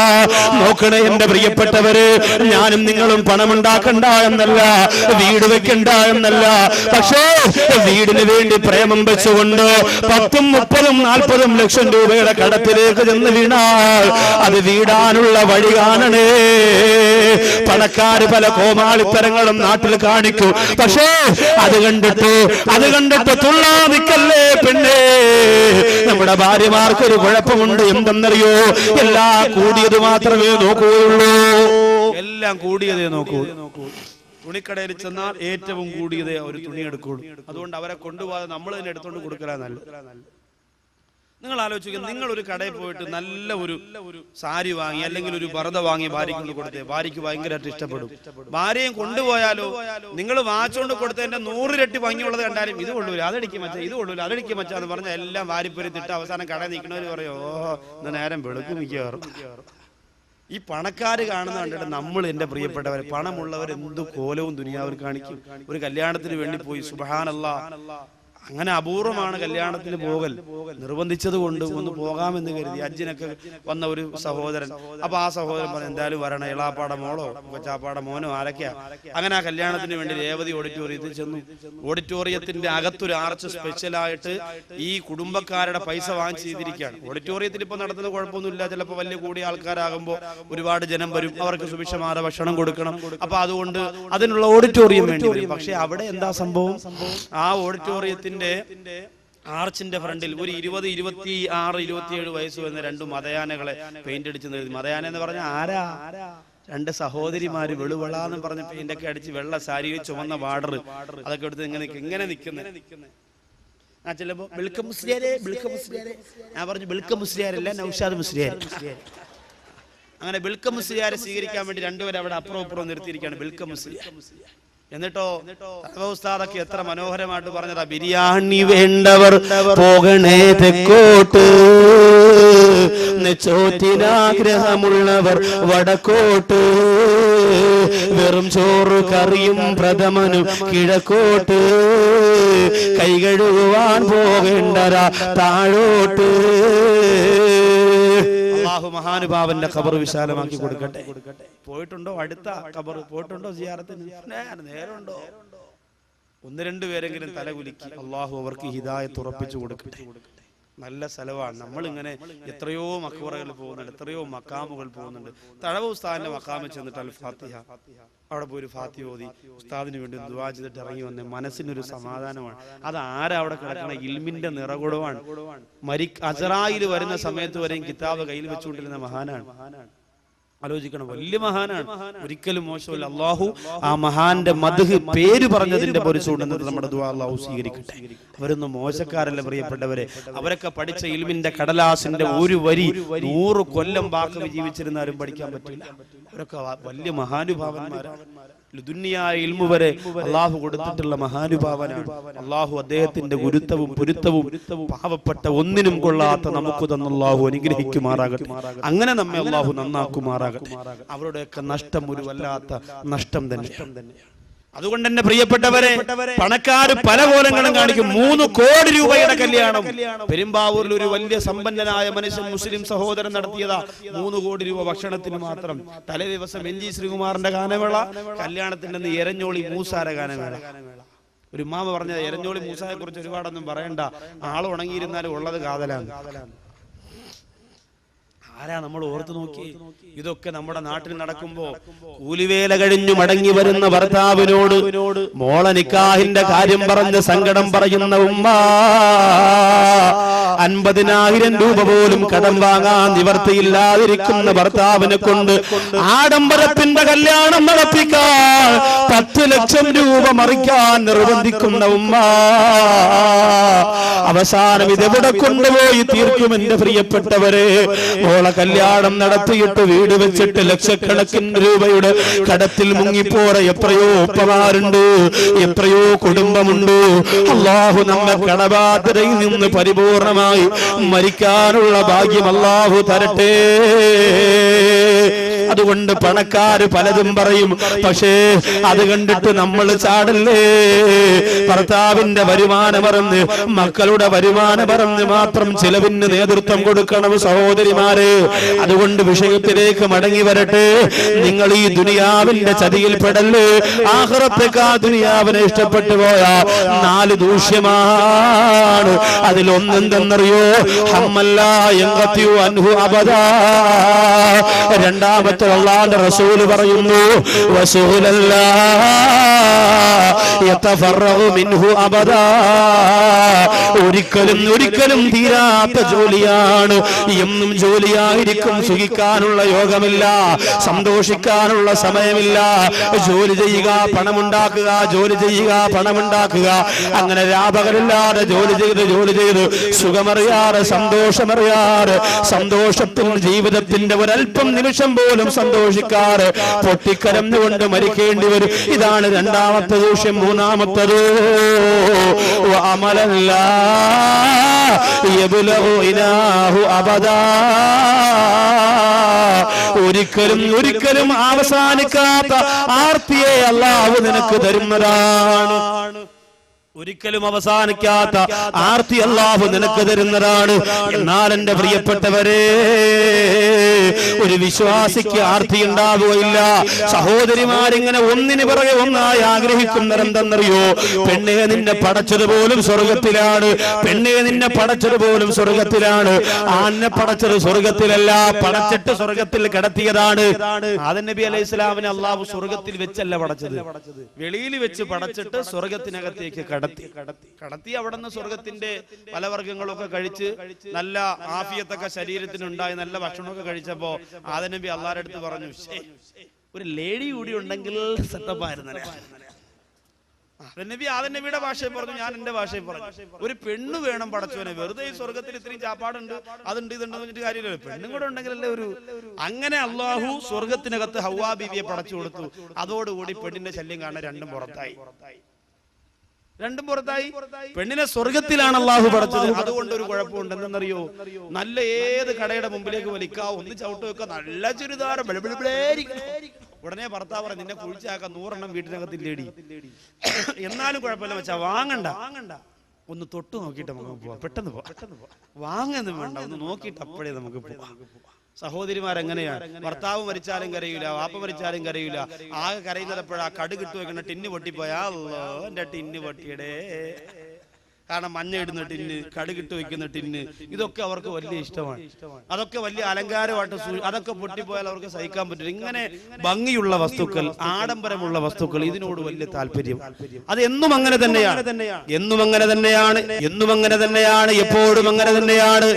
അതുകൊണ്ട് എന്റെ പ്രിയപ്പെട്ട സഹോദരിമാരെ, പെണ്ണിന്റെ വാക്ക് കേട്ടുകൊണ്ട് ആർത്തിയുടെ 4 രൂപങ്ങളായി നമ്മൾ മാറാൻ പാടില്ല.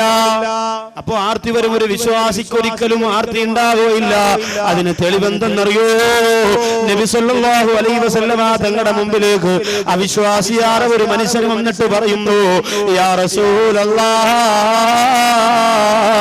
നബിയെ എനിക്ക് വിശക്കുകയാണ്, വിശപ്പ് സഹിക്കുന്നില്ല നബിയെ, അതുകൊണ്ട് എനിക്ക് എന്തെങ്കിലും തരണമെന്ന് പറയുമ്പോ അള്ളാന്റെ റസൂല് പറയുന്നു, നീ മുസ്ലിമാണോ? ആ മനുഷ്യൻ പറഞ്ഞു, ഞാൻ ഇസ്ലാം മതം സ്വീകരിച്ചിട്ടില്ല. അള്ളാന്റെ ഹബീബ് പറഞ്ഞു, നിനക്ക് ഇവിടെ 7 ആടുകൾ ഇവിടെ നിപ്പുണ്ട്, ആ 7 ആടിന്റെ പാല് നിനക്ക് വേണ്ടി ഞാൻ തരാ, നീ അത് കുടിക്കുമോ എന്ന് ചോദിക്കുമ്പോ സന്തോഷത്തോടെ സമ്മതിക്കുകയാണ്. നമ്മൾ അങ്ങനെ തന്നെ ജീവിക്കേണ്ടവരാണ്. മറ്റു മതത്തിൽപ്പെട്ടവരെ സഹായിക്കാനും നമുക്ക് മനസ്സുണ്ടാവണം. ഈ ഭരണിക്കാവിന്റെ ഈ പരിസരത്തുള്ള എത്രയോ സഹോദരങ്ങൾ, സഹോദരിമാര് ഹൈന്ദവ മതത്തിൽപ്പെട്ടവരുണ്ടെങ്കിൽ നിങ്ങൾ പഠിച്ചോ, നിങ്ങളെ നശിപ്പിക്കാൻ പഠിപ്പിക്കുന്ന മതമല്ല ഇസ്ലാം. നിങ്ങളുടെ ക്ഷേത്രം പൊളിക്കാൻ പഠിപ്പിക്കുന്ന മതമല്ല ഇസ്ലാം. നിങ്ങളെ ശബരിമലയിൽ ബോംബിടാൻ പഠിപ്പിക്കുന്ന മതമല്ല ഇസ്ലാം. എന്നാലും എന്റെ പ്രിയപ്പെട്ടവരെ, നമ്മുടെ ഗവൺമെന്റ് നമ്മളോട് ചെയ്യുന്ന ചതിയുണ്ടല്ലോ. ശബരിമല സീസൺ ആകുമ്പോ എന്തൊക്കെ ഭീഷണികളാണ് പത്രത്തിലൂടെ വരുന്നത്. ഇന്ന് വരെ ഏതെങ്കിലും ഒരു മുസ്ലിം ചെറുപ്പക്കാരൻ അവിടെ ചെന്നിട്ട് ഒരു അയ്യപ്പ ഭക്തന് ബുദ്ധിമുട്ടുണ്ടാക്കിയിട്ടുണ്ടോ? ഇല്ലല്ലോ. പക്ഷെ എന്തൊക്കെ എന്തൊക്കെയാണ് എന്റെ പ്രിയപ്പെട്ടവരെ പറയുന്നത്. ശബരിമലയ്ക്ക് സീസണാകുമ്പോ എന്തെല്ലാം ആക്രോശങ്ങളാണ് നടക്കുന്നത്. മുസ്ലിം സമുദായത്തെ പരിശോധിക്കാനും പരീക്ഷിക്കാനും വേണ്ട മോനെ. ഈമാനുള്ളവർ നിങ്ങൾ നശിക്കാൻ ആഗ്രഹിക്കുന്നവരല്ല, നിങ്ങളുടെ ഹിദായത്തിന് വേണ്ടി ദുആ ചെയ്യുന്നവരാണ്. പുൽമേടിൽ മരിച്ചു വീണ നൂറുകണക്കാണ് അയ്യപ്പ ഭക്തന്മാരുടെ പത്രത്തിൽ വന്ന വാർത്ത കണ്ടിട്ട് നിങ്ങളുടെ കണ്ണ് നിറഞ്ഞില്ല ആരെങ്കിൽ എന്റെ പ്രിയപ്പെട്ട ഹൈന്ദവരെ, അത് കണ്ട് കരഞ്ഞു പോരവരാണ് ഞാൻ. കാരണം അവരും മനുഷ്യനാണല്ലോ. അള്ളാന്റെ ഹബീബ് ജൂതന്റെ മയ്യപ്പിനോട് പോലും ആദരവ് കാണിക്കണമെന്ന് പഠിപ്പിച്ച നബിയാണ്. ആ നബി തങ്ങളുടെ മുമ്പിലേക്ക് വന്നിട്ട് ഈ പാവപ്പെട്ടവൻ പറയുന്നു, ഞാൻ ഇസ്ലാം മതം സ്വീകരിച്ചിട്ടില്ല, എനിക്ക് വിശക്കുകയാണ്, വല്ലതും തരണം. നബി തങ്ങൾ 7 ആടിന്റെ പാല് കറന്നിട്ട് ആ മനുഷ്യന് കൊടുത്തു. അത് കുടിച്ചിട്ട് അയാൾ പറഞ്ഞു, നബിയേ, എന്റെ വിശപ്പടങ്ങിയിട്ടില്ല, എന്റെ വിശപ്പ് തീർന്നിട്ടില്ല, എന്നാലും ഞാൻ തിരിച്ചു പോവാണ്, ഇനി ആട് ഇവിടെ ഇല്ലല്ലോ. ഇയാള് പിന്നീട് മുസ്ലിമായിട്ട് അള്ളാന്റെ ഹബീബിന്റെ മുമ്പിലേക്ക് ഇസ്ലാം മതം സ്വീകരിച്ചതിന് ശേഷം വരികയാണ്. വന്നിട്ട് പറയുന്നു, നബിയേ,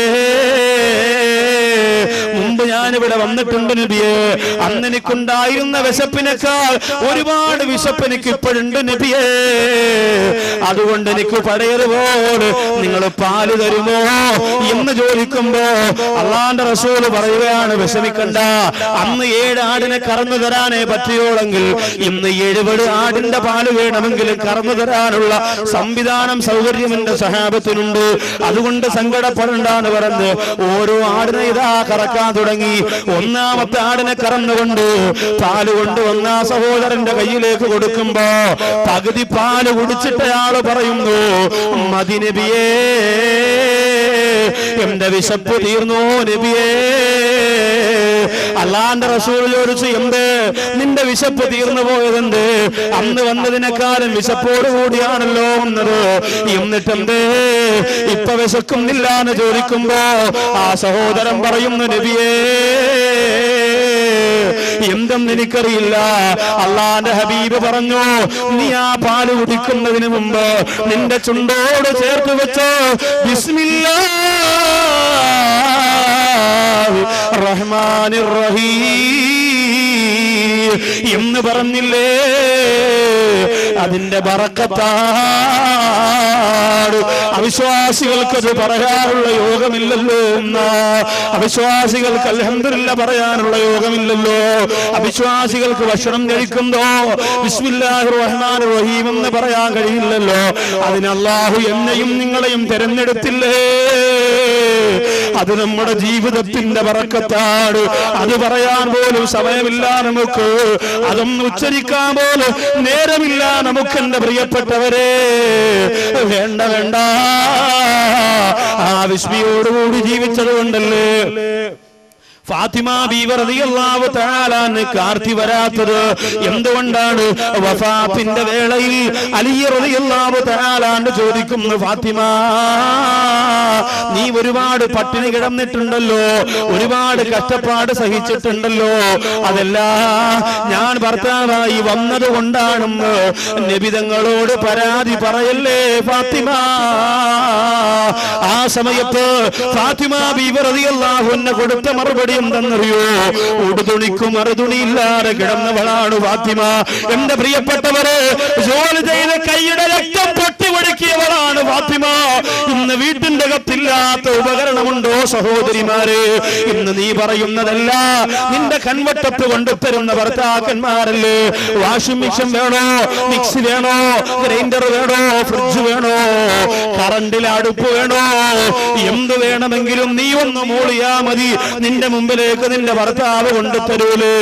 എത്ര ദിവസമാ ലോകത്തിന്റെ നായകന്റെ പൊന്നുമോള് പട്ടിണി കിടന്നിറന്നറിയോ? എന്റെ പ്രിയപ്പെട്ട സഹോദരിമാരെ, ആ മഹദി കൊടുത്ത മറുപടി എന്തെന്നറിയോ? അലിയേ, ജീവിതത്തിൽ ഞാൻ സന്തോഷിച്ചതുപോലെ, ജീവിതത്തിൽ ഞാൻ ആനന്ദിച്ചതുപോലെ ഒരു പെണ്ണും സന്തോഷിച്ചു കാണൂല അലിയേ. അത്രയ്ക്ക് സന്തോഷമാണ് എന്റെ കുടുംബ ജീവിതത്തിൽ ഞാൻ അനുഭവിച്ചത് എന്ന് അലി റളിയല്ലാഹു അൻഹുവിന്റെ കണ്ണീര് തുടച്ചുകൊണ്ട് ഫാത്തിമ ബീവി റളിയല്ലാഹു അൻഹ പറഞ്ഞത് വെറുതെയല്ല. എന്തുകൊണ്ടെന്നറിയോ? അവർക്ക് അത്രയ്ക്കുള്ള മനസ്സായിരുന്നു പ്രിയപ്പെട്ടവര്. അവർ കുറഞ്ഞതുകൊണ്ട് ജീവിക്കാനുള്ള താല്പര്യം അവർക്കുണ്ടായിരുന്നു. സഹോദരിമാര്, നമ്മളോ ഇന്ന് വരെ നീ പറഞ്ഞതേതെങ്കിലും ഒന്ന് നിന്റെ ഭർത്താവ് കൊണ്ടുതരാതിരുന്നിട്ടുണ്ടോ? എന്നിട്ടും എന്തേ നമുക്ക് സമാധാനമില്ല? എന്നിട്ടെന്തേ നമുക്ക് ആർത്തി കൂടുന്നു? എന്നിട്ടെന്തേ ആഡംബരത്തിന് വേണ്ടി വീണ്ടും നാവ് നീട്ടിയിട്ട് പരക്കം പായുന്ന മോളെ?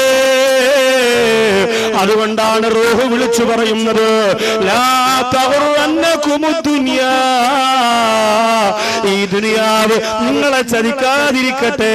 എന്നെ ചതിച്ചതാണ് ദുനിയാവ്. ചിരിച്ചു കാണിച്ചുകൊണ്ട്, കണ്ണടച്ച് കാണിച്ചുകൊണ്ട്, ആഡംബരത്തിന്റെ മേഖലകളുടെ കവാടങ്ങള് എനിക്ക് വേണ്ടി തുറന്നിട്ടുകൊണ്ട് എന്നെ ചതിച്ച ദുനിയാവാണ്, എന്നെ നശിപ്പിച്ച പണമാണ്. അതുകൊണ്ട് നിങ്ങളതിൽ കുടുങ്ങല്ലേ. നിങ്ങൾക്ക് ജീവിതം ബാക്കിയാണ്. ആഖിറത്തേക്കാ ദുനിയാവിനെ പ്രിയം വെക്കുന്നവർക്ക് നാലാമത് അല്ലാഹു കൊടുക്കുന്നതെന്തെന്നറിയോ? വഫഖറൻ ലാ യബ്ലഗു മുൻതഹാഹു അബദാ, ഒരിക്കലും അസ്തമിക്കാത്ത ദാരിദ്ര്യമാണ്. എന്നും ദാരിദ്ര്യമാണ് പ്രിയപ്പെട്ടവര്. ദാരിദ്ര്യവും കഷ്ടപ്പാടും മാത്രമാണ് എന്നും അല്ലാഹു നിനക്ക് തരുന്നത്. വേണ്ട വേണ്ട, അത് നമുക്ക് വേണ്ട. നമുക്ക് ആഖിറത്തിന്റെ സന്തോഷം മതിയല്ലോ, ആഖിറത്തിന്റെ സംതൃപ്തി മതിയല്ലോ. ദുനിയാവിനിത്തിരി കഷ്ടപ്പെട്ടാലും കുഴപ്പമില്ല. അതുകൊണ്ട് ദുനിയാവിനേക്കാൾ ആഖിറത്തെ നമ്മൾ പ്രേമിക്കണം പ്രിയപ്പെട്ടവര്. ഇത് വെറുതെ അങ്ങ് പറഞ്ഞു കേട്ടാ പോരാ, മനസ്സിരുത്തിയിട്ട് ചിന്തിച്ച് ഈ സമയം നശിക്കാൻ പോകുന്ന ജീവിതമാണ്, ഈ സമയം കെട്ടടങ്ങാൻ പോകുന്ന ജീവിതമാണ്. എന്റെ പ്രിയപ്പെട്ടവര്, തട്ടത്തുമലയിൽ ആക്സിഡന്റ് നടന്നിട്ട് 2 ദിവസമായി ഗോകുലം മെഡിക്കൽ കോളേജിൽ കഴിയുന്ന സഹോദരന് വേണ്ടി ഇന്നലെ ഞാൻ ദുആ ചെയ്തല്ലോ, നിങ്ങളോട് പറഞ്ഞല്ലോ. ഇന്ന് വൈകുന്നേരവും സീരിയസ് ആണ് പ്രിയപ്പെട്ടവര്. ഒരു ഉറപ്പ് പോലും ഡോക്ടർമാര് കൊടുത്തിട്ടില്ല. ഇതുവരെ 2 ലക്ഷം രൂപയ്ക്കകത്ത് 2 ദിവസം കൊണ്ട് ചിലവായി. വാഹനത്തിൽ യാത്ര ചെയ്യുന്നവര് ഇപ്പോഴാ എന്റെ മൊബൈലിലേക്ക് ആ സഹോദരന്റെ ഇക്ക ഒരുപാട് പ്രാവശ്യം ഇതാ വിളിച്ചുകൊണ്ടിരിക്കുന്നു. ആശുപത്രിയുടെ അവസ്ഥ വളരെ അപകടകരമാണ്. അല്ലാഹു ആ പ്രിയപ്പെട്ട പൊന്നുമോന് ആഫിയത്ത് കൊടുക്കട്ടെ. ഉമ്മാരെ പ്രിയപ്പെട്ടവനാണ്, വാപ്പാക്ക് പ്രിയപ്പെട്ടവനാണ്, നാട്ടുകാർക്ക് ഇഷ്ടപ്പെട്ടവനാണ്. പക്ഷേ പറഞ്ഞിട്ടെന്താ? അപകടം സംഭവിച്ചു. തലച്ചോറിൽ ബ്ലഡ് കോട്ട് ചെയ്തുകൊണ്ട് ബ്ലഡ് സഞ്ചാരമില്ലാതെ തകർന്നു പോയ ശരീരവുമായിട്ട് ഗോകുലം മെഡിക്കൽ കോളേജിന്റെ അകത്ത് ജീവിതമാണോ മരണമാണോ എന്നറിയാതെ ഒരാഴ്ച മുമ്പ് സന്തോഷത്തോടെ ജീവിച്ചിരുന്ന സഹോദരനാണ്. 3-4 ദിവസം മുമ്പ് കൂട്ടുകാരനെ തോളത്ത് കൈയിട്ടുകൊണ്ട് നടന്ന കൂട്ടുകാരനാണ്. അതുപോലെ എന്റെ പ്രിയപ്പെട്ടവരെ, ദുനിയാവിൽ അല്ലാഹു ഇത്തിരിക്കുന്ന സന്തോഷം കൊണ്ട് മതിമറക്കണ്ട. ഇന്ന മിമ്മാ അഖാഫു അലൈക്കും ബഅദീ അയ്യുഫ്തഹ അലൈക്കും മിൻ സഹറത്തി ദുനിയാ വസീനതിഹാ. അല്ലാഹുവിന്റെ റസൂൽ പറയുന്നു, ഇന്ന മിമ്മാ അഖാഫു അലൈക്കും ബഅദീ, എനിക്ക് ശേഷം ഞാൻ നിങ്ങളിൽ ഏറ്റവും അധികം പേടിക്കുന്നത് അയ്യുഫ്തഹ അലൈക്കും മിൻ സഹറത്തി ദുനിയാ, ദുനിയാവിന്റെ ആഡംബരത്തെ, ദുനിയാവിന്റെ ഭംഗിയെ നിങ്ങൾക്ക് വേണ്ടി തുറക്കപ്പെടുന്നതിനെയാണ്. വസീനതിഹാ, ദുനിയാവിന്റെ സൗന്ദര്യം നിങ്ങൾക്ക് മുന്നിൽ അല്ലാഹു കാണിച്ചു തരുന്നതിനെ ഞാൻ പേടിക്കുകയാണ്. നബിയുനാ മുഹമ്മദ് മുസ്തഫ. അതായത് ഗസാലി ഇമാം പറയുന്നുണ്ട്, ഒരാൾക്ക് മരണമാസന്നമായാൽ അയാൾക്ക് പെട്ടെന്ന് ഗ്ലാമർ കൂടുമെന്ന്, പെട്ടെന്ന് ഭംഗി കൂടും. അണയാൻ പോകുന്നത് ഈ ആളിക്കത്തൊന്നും ചില ആൾക്കാർ പറയില്ല, ആ പഴഞ്ചൊല്ല് പോലെ സംഭവിക്കും. പെട്ടെന്നൊരു ഭംഗി അല്ലാഹു ആ മുഖത്തിനും ആ ശരീരത്തിനും കൊടുക്കും. ഇന്നലെ വരെ ഇല്ലാത്ത ഒരു ഭംഗി പെട്ടെന്നൊരു ദിവസം വന്നാൽ സമയമായി എന്നറിയുക. അങ്ങനെയാണ് ദുനിയാവിന് ഇന്ന് ആ ഭംഗിയാണ്. പഴയ കാലത്തില്ലാത്ത ഭംഗിയാണെന്ന് ദുനിയാവിൽ. പൊന്മുടിയുടെ മുകളിൽ നിൽക്കുന്ന ഒരു ഇല കൊണ്ട് 100 പുസ്തകത്തിന് നിറച്ച് കവിത എഴുതാൻ കഴിയുന്ന സൗന്ദര്യം ഇന്ന് നമ്മുടെ ദുനിയാവിന് അല്ലാഹു കൊടുത്തിട്ടുണ്ട്. ഒരു ഇല വെച്ചുകൊണ്ട് 100 പുസ്തകത്തിലെ കവിതകൾ എഴുതാൻ കഴിവുള്ള ചിന്തകന്മാര് ദുനിയാവിൽ വരുന്നത് ആ ദുനിയാവിന്റെ ഈ വസ്തുക്കൾക്ക് സൗന്ദര്യം കൂടുന്നത് കൊണ്ടാണ്. എത്ര ഭംഗിയാണെന്ന് ദുനിയാവിനെ കാണാൻ, എത്ര രസമാണ്. എല്ലാ സ്ഥലത്തും ഘോഷയാത്രയും സന്തോഷവും ആനന്ദവും. ഒരു യാത്ര ചെയ്ത് രാത്രി അങ്ങോട്ട് പോയാൽ എല്ലാ സ്ഥലത്തും ലൈറ്റും ബഹളവും, ഇങ്ങനെ സന്തോഷമാണ്. ഇതെന്തുകൊണ്ടാ? തീരാൻ പോകുന്നതിന്റെ അടയാളമാണ്. ദുനിയാവ് നശിക്കാൻ പോകുന്നതിന്റെ മുന്നൊരുക്കമാണ്. ഇനി ഒന്നുമില്ല. ഏകദേശമുള്ള കുറെ സ്ഥലങ്ങളൊക്കെ ഒതുങ്ങിക്കഴിഞ്ഞു. ജനലക്ഷങ്ങളൊക്കെ മണ്ണിനടിയിലേക്ക് പോയി. ഇനി അങ്ങനെ കുറച്ച് സ്ഥലത്ത് നമ്മളെപ്പോലുള്ള കുറച്ച് ആൾക്കാർ ഇങ്ങനെ ജീവിച്ചുകൊണ്ടിരിക്കുന്നു. നമുക്ക് ഇപ്പോഴും ഇത്രയും സ്ഥലത്ത് ഇതൊക്കെ നടന്നിട്ടും നമ്മളെ ഇപ്പോഴത്തെയും ചിന്ത എന്താ? അത്ര പെട്ടെന്നൊന്നും അങ്ങനെ ദുനിയാവ് വീടിന് തറക്കല്ലിട്ടല്ലേ ഉള്ളൂ ഉസ്താദേ, ഇനി എന്തെല്ലാം ജോലിയുണ്ട് അതിനകത്ത് താമസിക്കണം. AC റൂമാണ് എനിക്കും എന്റെ ഹസ്ബൻഡിനും വേണ്ടി പറഞ്ഞിരിക്കുന്നത്. അതുകൊണ്ട് അത്ര പെട്ടെന്നൊന്നും നമ്മളെ അള്ളാഹു കൊണ്ടുപോകില്ല എന്നുള്ള പ്രതീക്ഷയിലാണ്. പിന്നെ ചില ആൾക്കാർ പറയുന്നതെന്നറിയോ? എടാ, ഒരുപാട് നന്മ ചെയ്തു പോയവരൊക്കെ പെട്ടെന്ന് മരിക്കും, അതുകൊണ്ടാണ് ഞാൻ നിസ്കരിക്കാത്തത്. എടാ, കള്ളു കുടിച്ചൊക്കെ നടന്നാൽ പെട്ടെന്ന് മരിക്കൂല. കള്ളുകൂടി, ചീട്ടുകളി, പെണ്ണുപിടി, ഇങ്ങനെ അടിച്ചു പിടിച്ച് നടന്നാൽ പെട്ടെന്ന്. നിസ്കാരമൊക്കെ നടത്തി പെട്ടെന്ന് നല്ല പള്ളിയായിട്ട് ബന്ധപ്പെട്ട മരണചിന്തയും വന്ന് പെട്ടെന്ന് ഉരി അവൻ അറ്റാക്കൊന്നും ജീവിക്കുക. അതുകൊണ്ട് ഞാനിപ്പോ ആ ഭാഗമൊന്നുമില്ല. ഞാനിപ്പോ കള്ള കുടിച്ച് ലാവിഷായിട്ട് ജീവിക്കും. ഇത് പിശാചിട്ട് കൊടുക്കുന്ന ചിന്തയാണ്. പെട്ടുപോകരുത് അതിനകത്ത്. അള്ളാഹു നമ്മെ കാത്തിരക്ഷിക്കട്ടെ. പിന്നെ ചില ഉമ്മമാര് പറയൂലേ, നരകത്തിൽ പോകാനും ആരെങ്കിലും ഒക്കെ വേണ്ടേ?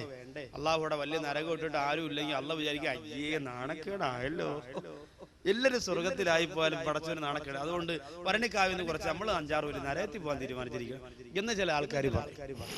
ഇതൊക്കെ പിശാചിട്ട് തരുന്ന ചിന്തയാണ്, അപകടമാണ്. ആ ഒരൊറ്റ വാക്കുമതി നിനക്ക് അള്ളാഹു നിന്റെ സകല നന്മയും പൊളിച്ചു കളഞ്ഞ് നിനക്ക് നരകം തരാം. അള്ളാഹു കാത്തിരക്ഷിക്കട്ടെ. അതുകൊണ്ട് ചെറുപ്പക്കാര് ചിലപ്പോ വിചാരിക്കും കള്ളുക കുടിച്ച് ദുആ ചെയ്യാനുള്ള സമയമൊക്കെ നമുക്ക് കിട്ടും, കുഴപ്പമില്ലടാ, ഞാൻ നിർത്താൻ പോയതാണ്, പക്ഷെ മറ്റന്നാ ഷാനവാസ് ഗൾഫിന്ന് വരണം.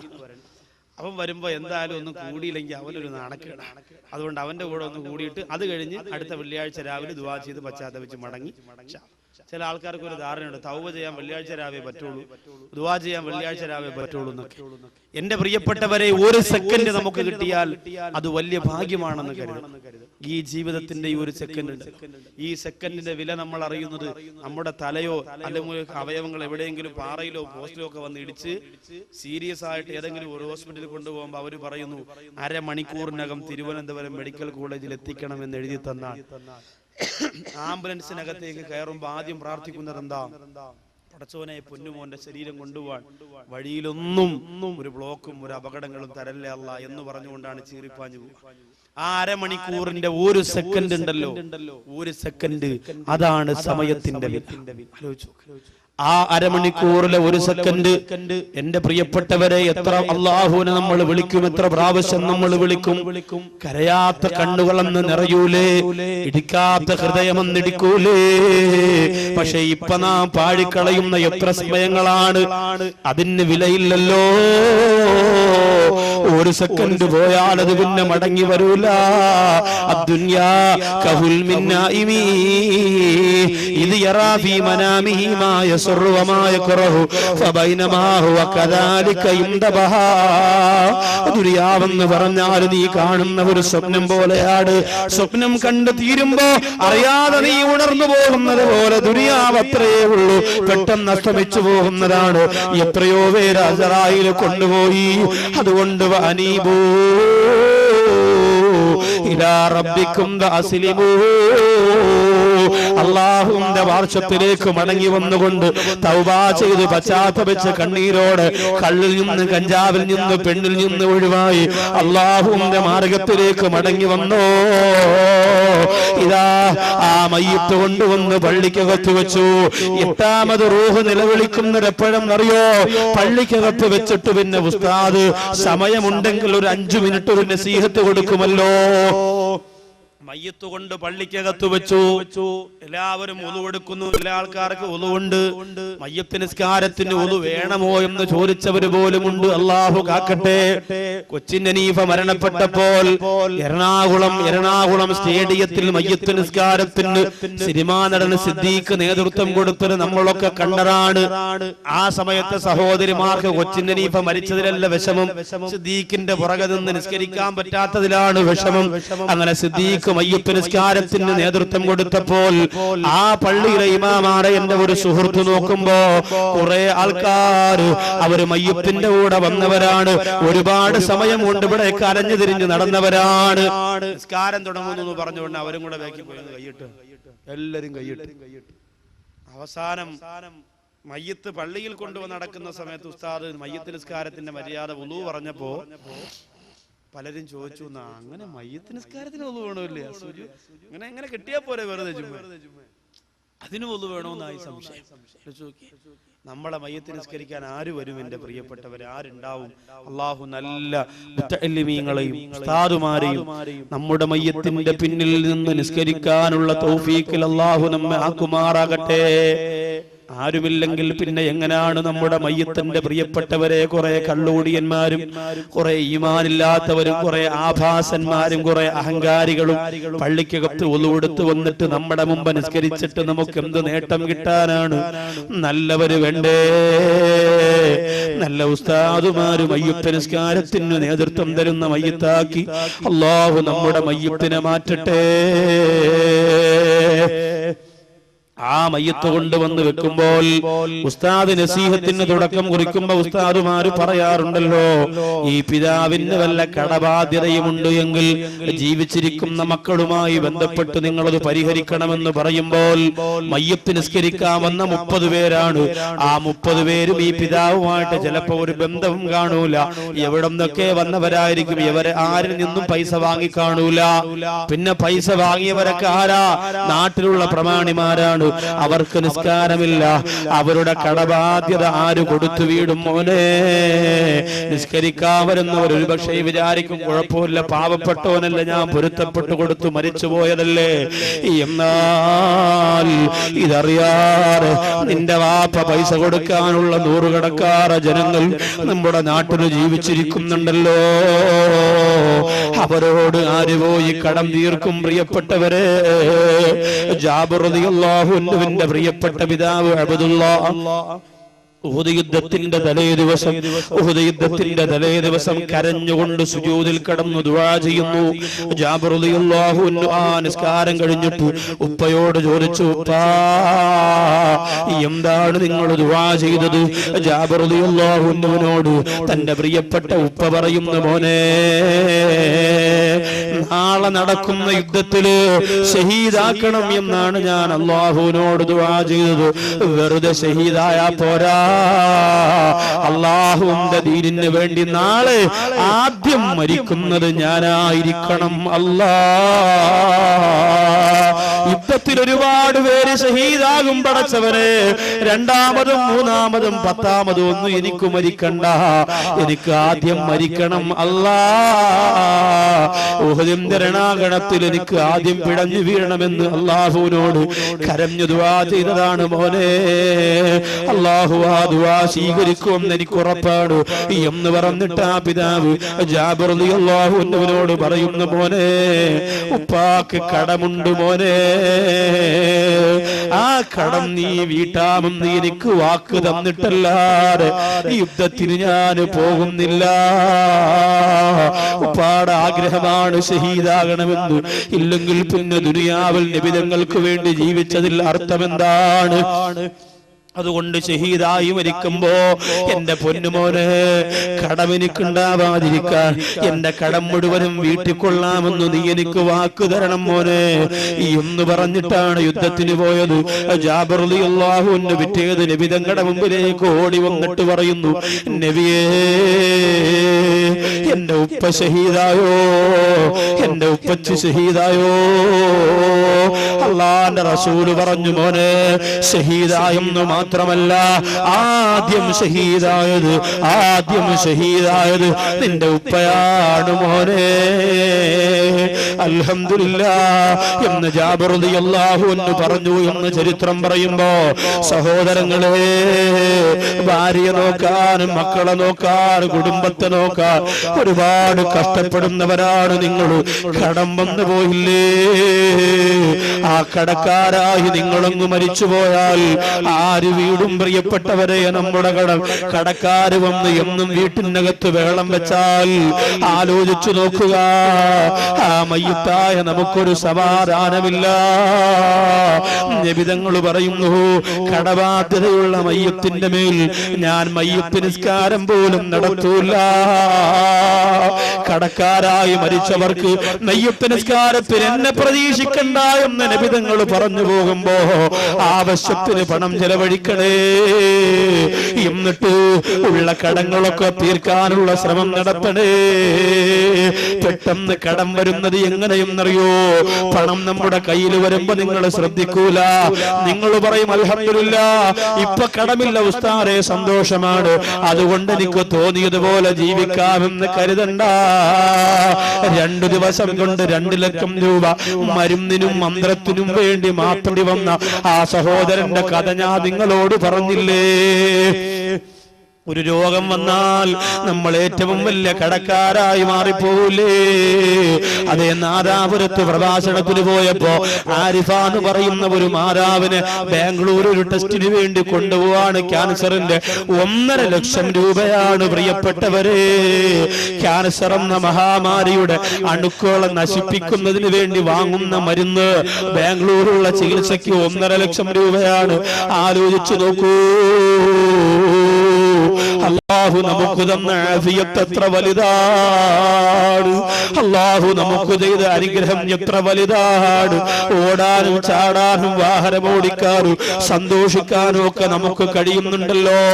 അതുകൊണ്ട് മുസ്ലിങ്ങളെ, അല്ലാഹുവിനോട് തിരിച്ചു നന്ദി കാണിക്കണേ മോളെ. മഗ്‌രിബിന്റെ സമയത്ത് സീരിയലിന്റെ മുമ്പിൽ കമിഴ്ന്നു കിടക്കാറ്, പാതിരാത്രി നിലവിളക്കും കൊലവിളക്കും ഉത്സവപ്പറമ്പുമായി സമയം ചെലവഴിക്കാറ്, നിന്റെ വീട്ടിന്റെ അകത്ത് നീ എടുത്തിട്ട് ഒരുപാട് ദിവസമാരെ ഖുർആൻ ഉണ്ടല്ലോ, മൗലിദ് കിതാബ് ഉണ്ടല്ലോ, ഒന്നെടുത്തു വെച്ചിട്ട് പാരായണം ചെയ്യാൻ, ഒരു യാസീൻ ഓരാൻ, അർറഹ്മാൻ ഓരാൻ എന്റെ സഹോദരിമാർക്ക് നേരമുണ്ടോ? മലപ്പുറം ജില്ലയിലെ ഒരു കുടുംബത്തിന്റെ കഥ പത്രത്തിലൂടെ വായിച്ചില്ലേ? സാമ്പത്തിക ബുദ്ധിമുട്ട് കാരണമായി, പ്രതിസന്ധിയും പ്രയാസവും കാരണമായി അതേ 3 മക്കളിൽ മൂത്തയാളിന് ക്യാൻസർ വന്നു. അല്ലാഹു നമ്മെ കാക്കട്ടെ. ഏറ്റവും വലിയ വേദനയുള്ള രോഗവേദന ചോദിച്ചാൽ ഡോക്ടർമാർക്ക് ഒരേ ഒരു മറുപടിയേ ഉള്ളൂ, അത് ക്യാൻസറാണ്. അത് വല്ലാത്ത വേദനയാണ്. തിരുവനന്തപുരം RCCയുടെ ഹോസ്പിറ്റലാകുന്ന RCCയുടെ മുകളിൽ നിന്ന് ക്യാൻസറിന്റെ വേദന സഹിക്കാനാകാതെ താഴേക്ക് ചാടി മരിച്ചു പോറ ഒരു സഹോദരന്റെ വാർത്താപത്രത്തിലൂടെ അറിഞ്ഞവരല്ലേ നിങ്ങൾ? അല്ലാഹു കാത്തുരക്ഷിക്കട്ടെ. റഹ്മാനേ, ഈ സരസിൽ വന്ന ഞങ്ങളാർക്കും നീ ക്യാൻസർ തരല്ല അല്ലാ. ഈ സരസിൽ വന്ന ഞങ്ങൾക്ക് ആർക്കും പടച്ചവരെ ക്യാൻസർ എന്ന രോഗം വരുത്തല്ല അല്ലാ. ഞങ്ങളുടെ അരുമ മക്കൾക്ക് നീ ക്യാൻസർ വരുത്തല്ല അല്ലാ. നിങ്ങളുടെ സന്തോഷമാണ് ഞങ്ങളുടെ മക്കൾ, ഞങ്ങളുടെ സമ്മാനമാണ് ഞങ്ങളുടെ മക്കൾ, ഞങ്ങളുടെ ജീവിതത്തിന്റെ സമ്പാദ്യമാണ് ഞങ്ങളുടെ മക്കൾ. അതുകൊണ്ട് പടച്ചവരെ ഞങ്ങളുടെ മക്കൾക്ക് ക്യാൻസർ വരുത്തല്ല റബ്ബേ. ഒരു മകന് ക്യാൻസർ വന്നു, 2.5 വർഷമായിട്ട് ചികിത്സയിലാണ്. എല്ലാം കടവും കടക്കടിയുമായി. ഇനി ആരോടും പൈസ ചോദിക്കാനും ബാക്കിയില്ല. അവസാനം രോഗം മൂർധന്യതയിലെത്തിയപ്പോ മലപ്പുറത്തിരുന്ന് തിരുവനന്തപുരം RCCയിലേക്ക് എഴുതി വിട്ടപ്പോ ആ സഹോദരൻ നാളെ പോകാമെന്ന് പറഞ്ഞ് മോനെയും കൊണ്ട് വീട്ടിൽ വന്നു. മോനെ കെട്ടിപ്പിടിച്ച് ഒരുപാട് നേരം പൊട്ടിക്കരന്നിട്ട് ആ പിതാവ് റോഡിലേക്ക് പോയി. എന്തിനെന്നറിയോ? കയ്യിലുള്ള ചില്ലറ കാശ് കൊടുത്തിട്ട് വിഷം വാങ്ങുകയാണ് എന്റെ പ്രിയപ്പെട്ടവരെ. ഇത് ഞാനും നിങ്ങളും പത്രത്തിലൂടെ വായിച്ച വാർത്തയാണ്. എന്റെ സഹോദരിമാരെ, വിഷം വാങ്ങിയിട്ട് ചോറിലൂടെ കലർത്തിയിട്ട് പ്രിയപ്പെട്ട ഭാര്യയോട് പറഞ്ഞു, പെണ്ണേ നമ്മുടെ 3 മക്കൾക്കും കൊടുത്തു നമുക്കും അങ്ങ് മരിക്കാ. ഭാര്യ പറഞ്ഞില്ല, എന്റെ അരുമ മക്കൾക്ക് ഞാനിത് കൊടുക്കൂല. എന്റെ മക്കൾക്ക് ഇത് കൊടുക്കാനാണോ മരണവേദന അനുഭവിച്ചുകൊണ്ട് ഞാൻ എന്റെ മക്കളെ പറ്റത്, അതുകൊണ്ട് ഞാൻ കൊടുക്കൂല എന്ന് പറഞ്ഞ് ഭാര്യ മാറുമ്പോൾ അവസാനം ഭാര്യയോട് പറയുന്നു, പെണ്ണേ എന്റെ മൂത്ത മകൾ നരകിച്ച് ആരും സഹായിക്കാനില്ലാതെ എന്റെ വീട്ടിന്റെ കത്ത് കിടന്ന് പുഴുത്തു മരിക്കുന്നത് കാണണോ? അതിനേക്കാൾ നല്ലൊരു പഴങ്ങ് മരിക്കുന്നതല്ലേ? രോഗം കാർന്ന് തിന്നുകൊണ്ടിരിക്കുന്ന മോന്റെ ശരീരം പണമില്ലാത്ത നമ്മളെവിടെ കൊണ്ടുപോകാനാണ്?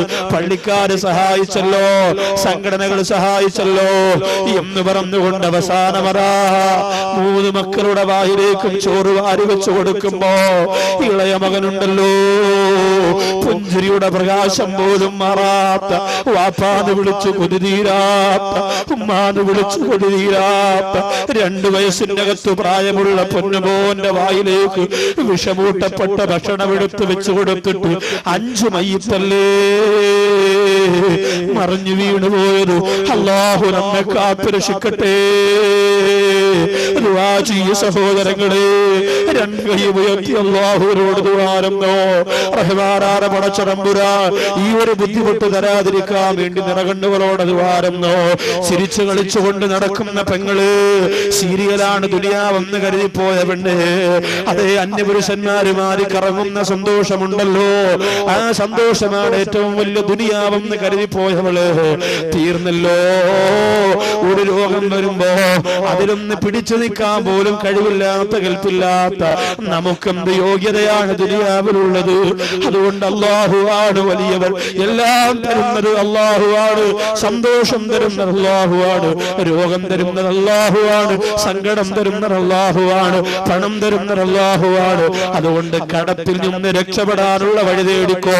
കടമില്ല എന്ന് പറഞ്ഞ് നിങ്ങളാരും അഭിമാനിക്കണ്ട. കടക്കാരനാകാൻ ഒരുപാട് നേരമൊന്നും വേണ്ട. ഒരു ചെറിയ ആക്സിഡന്റ് സംഭവിച്ച 10 ലക്ഷം രൂപയുടെ കടമായില്ല പോരെ. ഒരു ചെറിയ അസുഖം വന്നാ വീട് വിറ്റില്ലേ, പറമ്പ് വിറ്റില്ലേ, മക്കളെയും തോളത്ത് വെച്ചുകൊണ്ട് ഓടി നടക്കൂലേ? എത്രയോ പേര് നമ്മുടെ പള്ളികളുടെ മുറ്റത്ത് നമ്മുടെ ജുമാനസ്കാരം കഴിഞ്ഞിറങ്ങി വരുമ്പോ കർച്ചീപ്പും ഷാളും പിരിച്ചിട്ട് കരഞ്ഞുകൊണ്ട് പറയുന്നുണ്ടല്ലോ, ആചാരേ മോൾക്ക് ഓപ്പറേഷനാണ്, 10 രൂപ തരണേ. അതുപോലെ പോകുന്നവരുടെ കാല് പിടിച്ചിട്ടല്ലേ പറയാ 2 രൂപയും 3 രൂപയും ചോദിക്കുന്ന ഗതികേട് അല്ലാഹു നമുക്ക് തന്നില്ലല്ലോ. അതിന് നന്ദി കാണിക്കണം പ്രിയപ്പെട്ടവരെ. അതിന് അല്ലാഹു ഭാഗ്യം തരട്ടെ.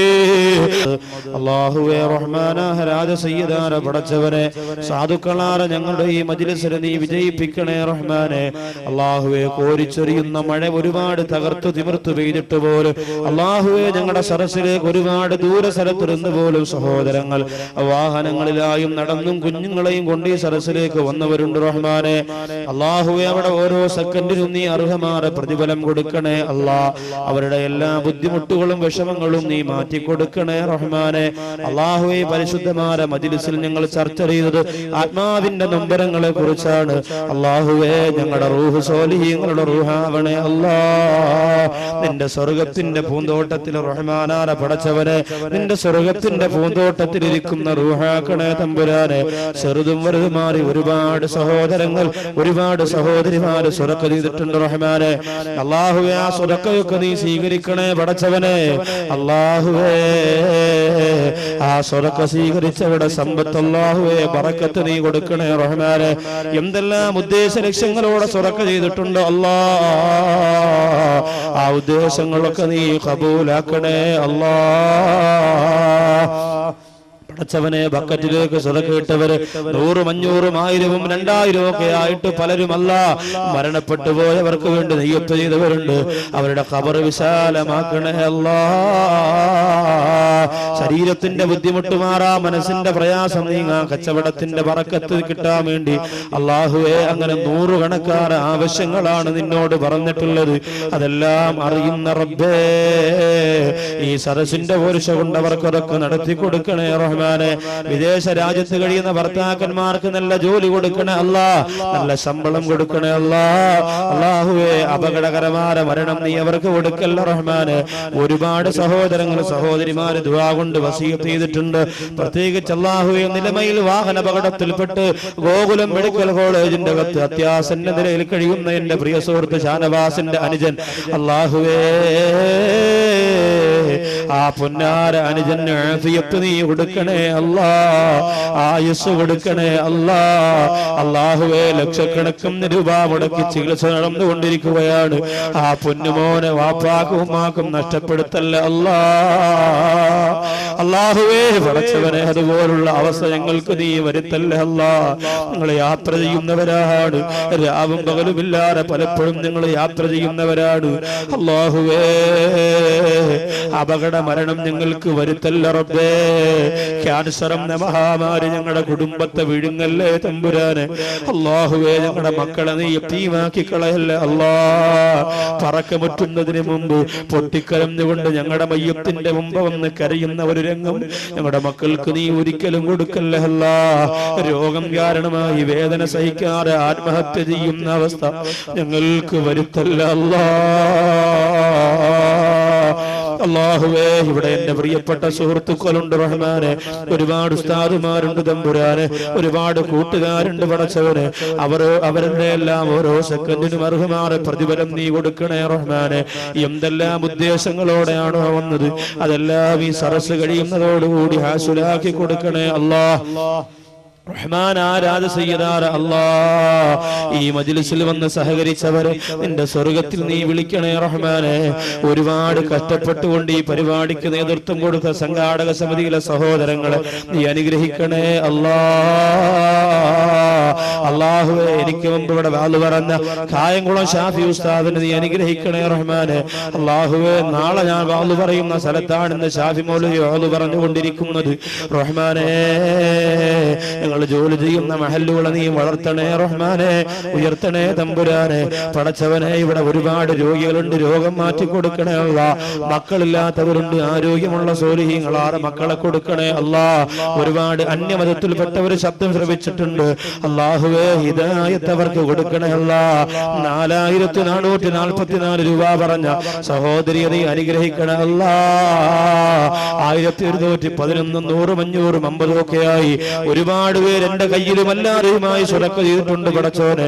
അവിടെ സമ്പത്ത് ഒരിക്കലും നശിപ്പിക്കല്ല അല്ലാ, നശിപ്പിക്കല്ല അല്ലാ. 2 കുപ്പി അരിഷ്ടം ഈ സരസിൽ നിന്ന് വാങ്ങിക്കൊണ്ടുപോരാ. 2 സഹോദരങ്ങളെയും അനുഗ്രഹിക്കണേ അല്ലാ. ഈ സരസിൽ വന്ന് ആര് ഹെയർ ഓയിൽ വാങ്ങിക്കൊണ്ടുപോകുന്നുവോ അല്ലാഹുവേ, അവർക്ക് ഇതിന്റെ ബറക്കത്ത് നീ കൊടുക്കണേ അല്ലാ. ഇത് സരസിലേക്ക് സ്വതക്ക ചെയ്ത സഹോദരന്റെ കച്ചവടത്തിൽ ഐശ്വര്യം കൊടുക്കണേ റഹ്മാനെ. 100 കണക്കിന് കാര്യങ്ങളാണ് നിന്നോട് ചോദിക്കാനുള്ളത് റബ്ബേ. ഹജ്ജ് ചെയ്യാതെ ഞങ്ങളെ മരിപ്പിക്കല്ല അല്ലാ, ഹജ്ജ് ചെയ്യാതെ ഞങ്ങളെ മരിപ്പിക്കല്ല അല്ലാ, ഹജ്ജ് ചെയ്യാതെ ഞങ്ങളെ മരിപ്പിക്കല്ല റഹ്മാനെ. റസൂലുള്ളാഹിയുടെ റൗള കാണാതെ ഞങ്ങളുടെ റൂഹ് പിടിക്കല്ല അല്ലാ. അല്ലാഹുവേ, കാസറ്റുമാരെ കച്ചവടത്തിന് വന്ന അബ്ദുല്ലാ എന്ന അല്ലമീൻ എന്ന എന്റെ 2 പ്രിയപ്പെട്ട കൂട്ടുകാരെയും നീ അനുഗ്രഹിക്കണേ റഹ്മാനെ. അല്ലാഹുവേ, ആ സാധുക്കളായ സഹോദരങ്ങളുടെ ദൈവത്തിന്റെ പ്രവർത്തനങ്ങളെ വിജയിപ്പിക്കണേ റഹ്മാനെ. അല്ലാഹുവയുടെ കച്ചവടത്തിൽ ബറക്കത്ത് കൊടുക്കണേ അല്ലാ. ഒരുപാട് ഉദ്ദേശ ലക്ഷ്യങ്ങളുമാരെ സരസിൽ വന്നവരുണ്ട്, ഈ പരിസരത്തു നിന്നൊക്കെ വന്നവരുണ്ട് അല്ലാ. ഗൾഫിലേക്ക് പോകാൻ ആഗ്രഹിക്കുന്നവരുണ്ട്, ലീവിന് വന്നവരുണ്ട്, ജോലിയില്ലാത്തവരുണ്ട്, കഷ്ടപ്പെടുന്നവരുണ്ട്, കടം കൊണ്ട് വലയുന്നവരുണ്ട്. എല്ലാം നിന്നോട് പറയുന്നു റബ്ബേ, പരിഹരിക്കേണ്ട വിധം പരിഹരിക്കണേ റഹ്മാനെ. മഅദനി ഉസ്താദിന് മോചനം കൊടുക്കണേ അല്ലാ, മോചനം കൊടുക്കണേ അല്ലാ. ഞങ്ങളിൽ നിന്ന് മരണപ്പെട്ട് പള്ളിപ്പറമ്പുകൾ അന്ത്യവിശ്രമം കൊള്ളുന്ന ഖബറാളികൾക്ക് മഗ്ഫിറത്തും മർഹമത്തും നീ കൊടുക്കണേ റഹ്മാനെ. ഈ ദുആ നീ സ്വീകരിക്കണേ അല്ലാ. എല്ലാ സരസിലും മറക്കാതെ ദുആ ചെയ്യണമെന്ന് പറഞ്ഞുകൊണ്ട് ഞാൻ സ്വതക്ക വാങ്ങാറുണ്ട്. അല്ലാഹുവേ, അവർക്കെല്ലാം ഈ സരസിന്റെയും ദുആ നീ എത്തിച്ചു കൊടുക്കണേ റഹ്മാനെ. സ്വല്ലി അല നബി മുഹമ്മദിൻ വആലിഹി വസഹ്ബിഹി അജ്മഈൻ വൽഹംദുലില്ലാഹി റബ്ബിൽ ആലമീൻ. സല്ലല്ലാഹു അലാ മുഹമ്മദ് സല്ലല്ലാഹു അലൈഹി വസല്ലം. സല്ലല്ലാഹു അലാ മുഹമ്മദ് സല്ലല്ലാഹു അലൈഹി വസല്ലം. അല്ലാഹുമ്മ സല്ലി അലാ മുഹമ്മദ് യാ റബ്ബി സല്ലി അലൈഹി വസല്ലം. സല്ലി അലാ ജമീൽ അംബിയാ വൽ മുർസലീൻ വൽഹംദുലില്ലാഹി റബ്ബിൽ ആലമീൻ. എല്ലാവരും ദുആ ചെയ്യണം. അസ്സലാമു അലൈക്കും വറഹ്മത്തുള്ളാഹി തആല വബറകാതുഹു.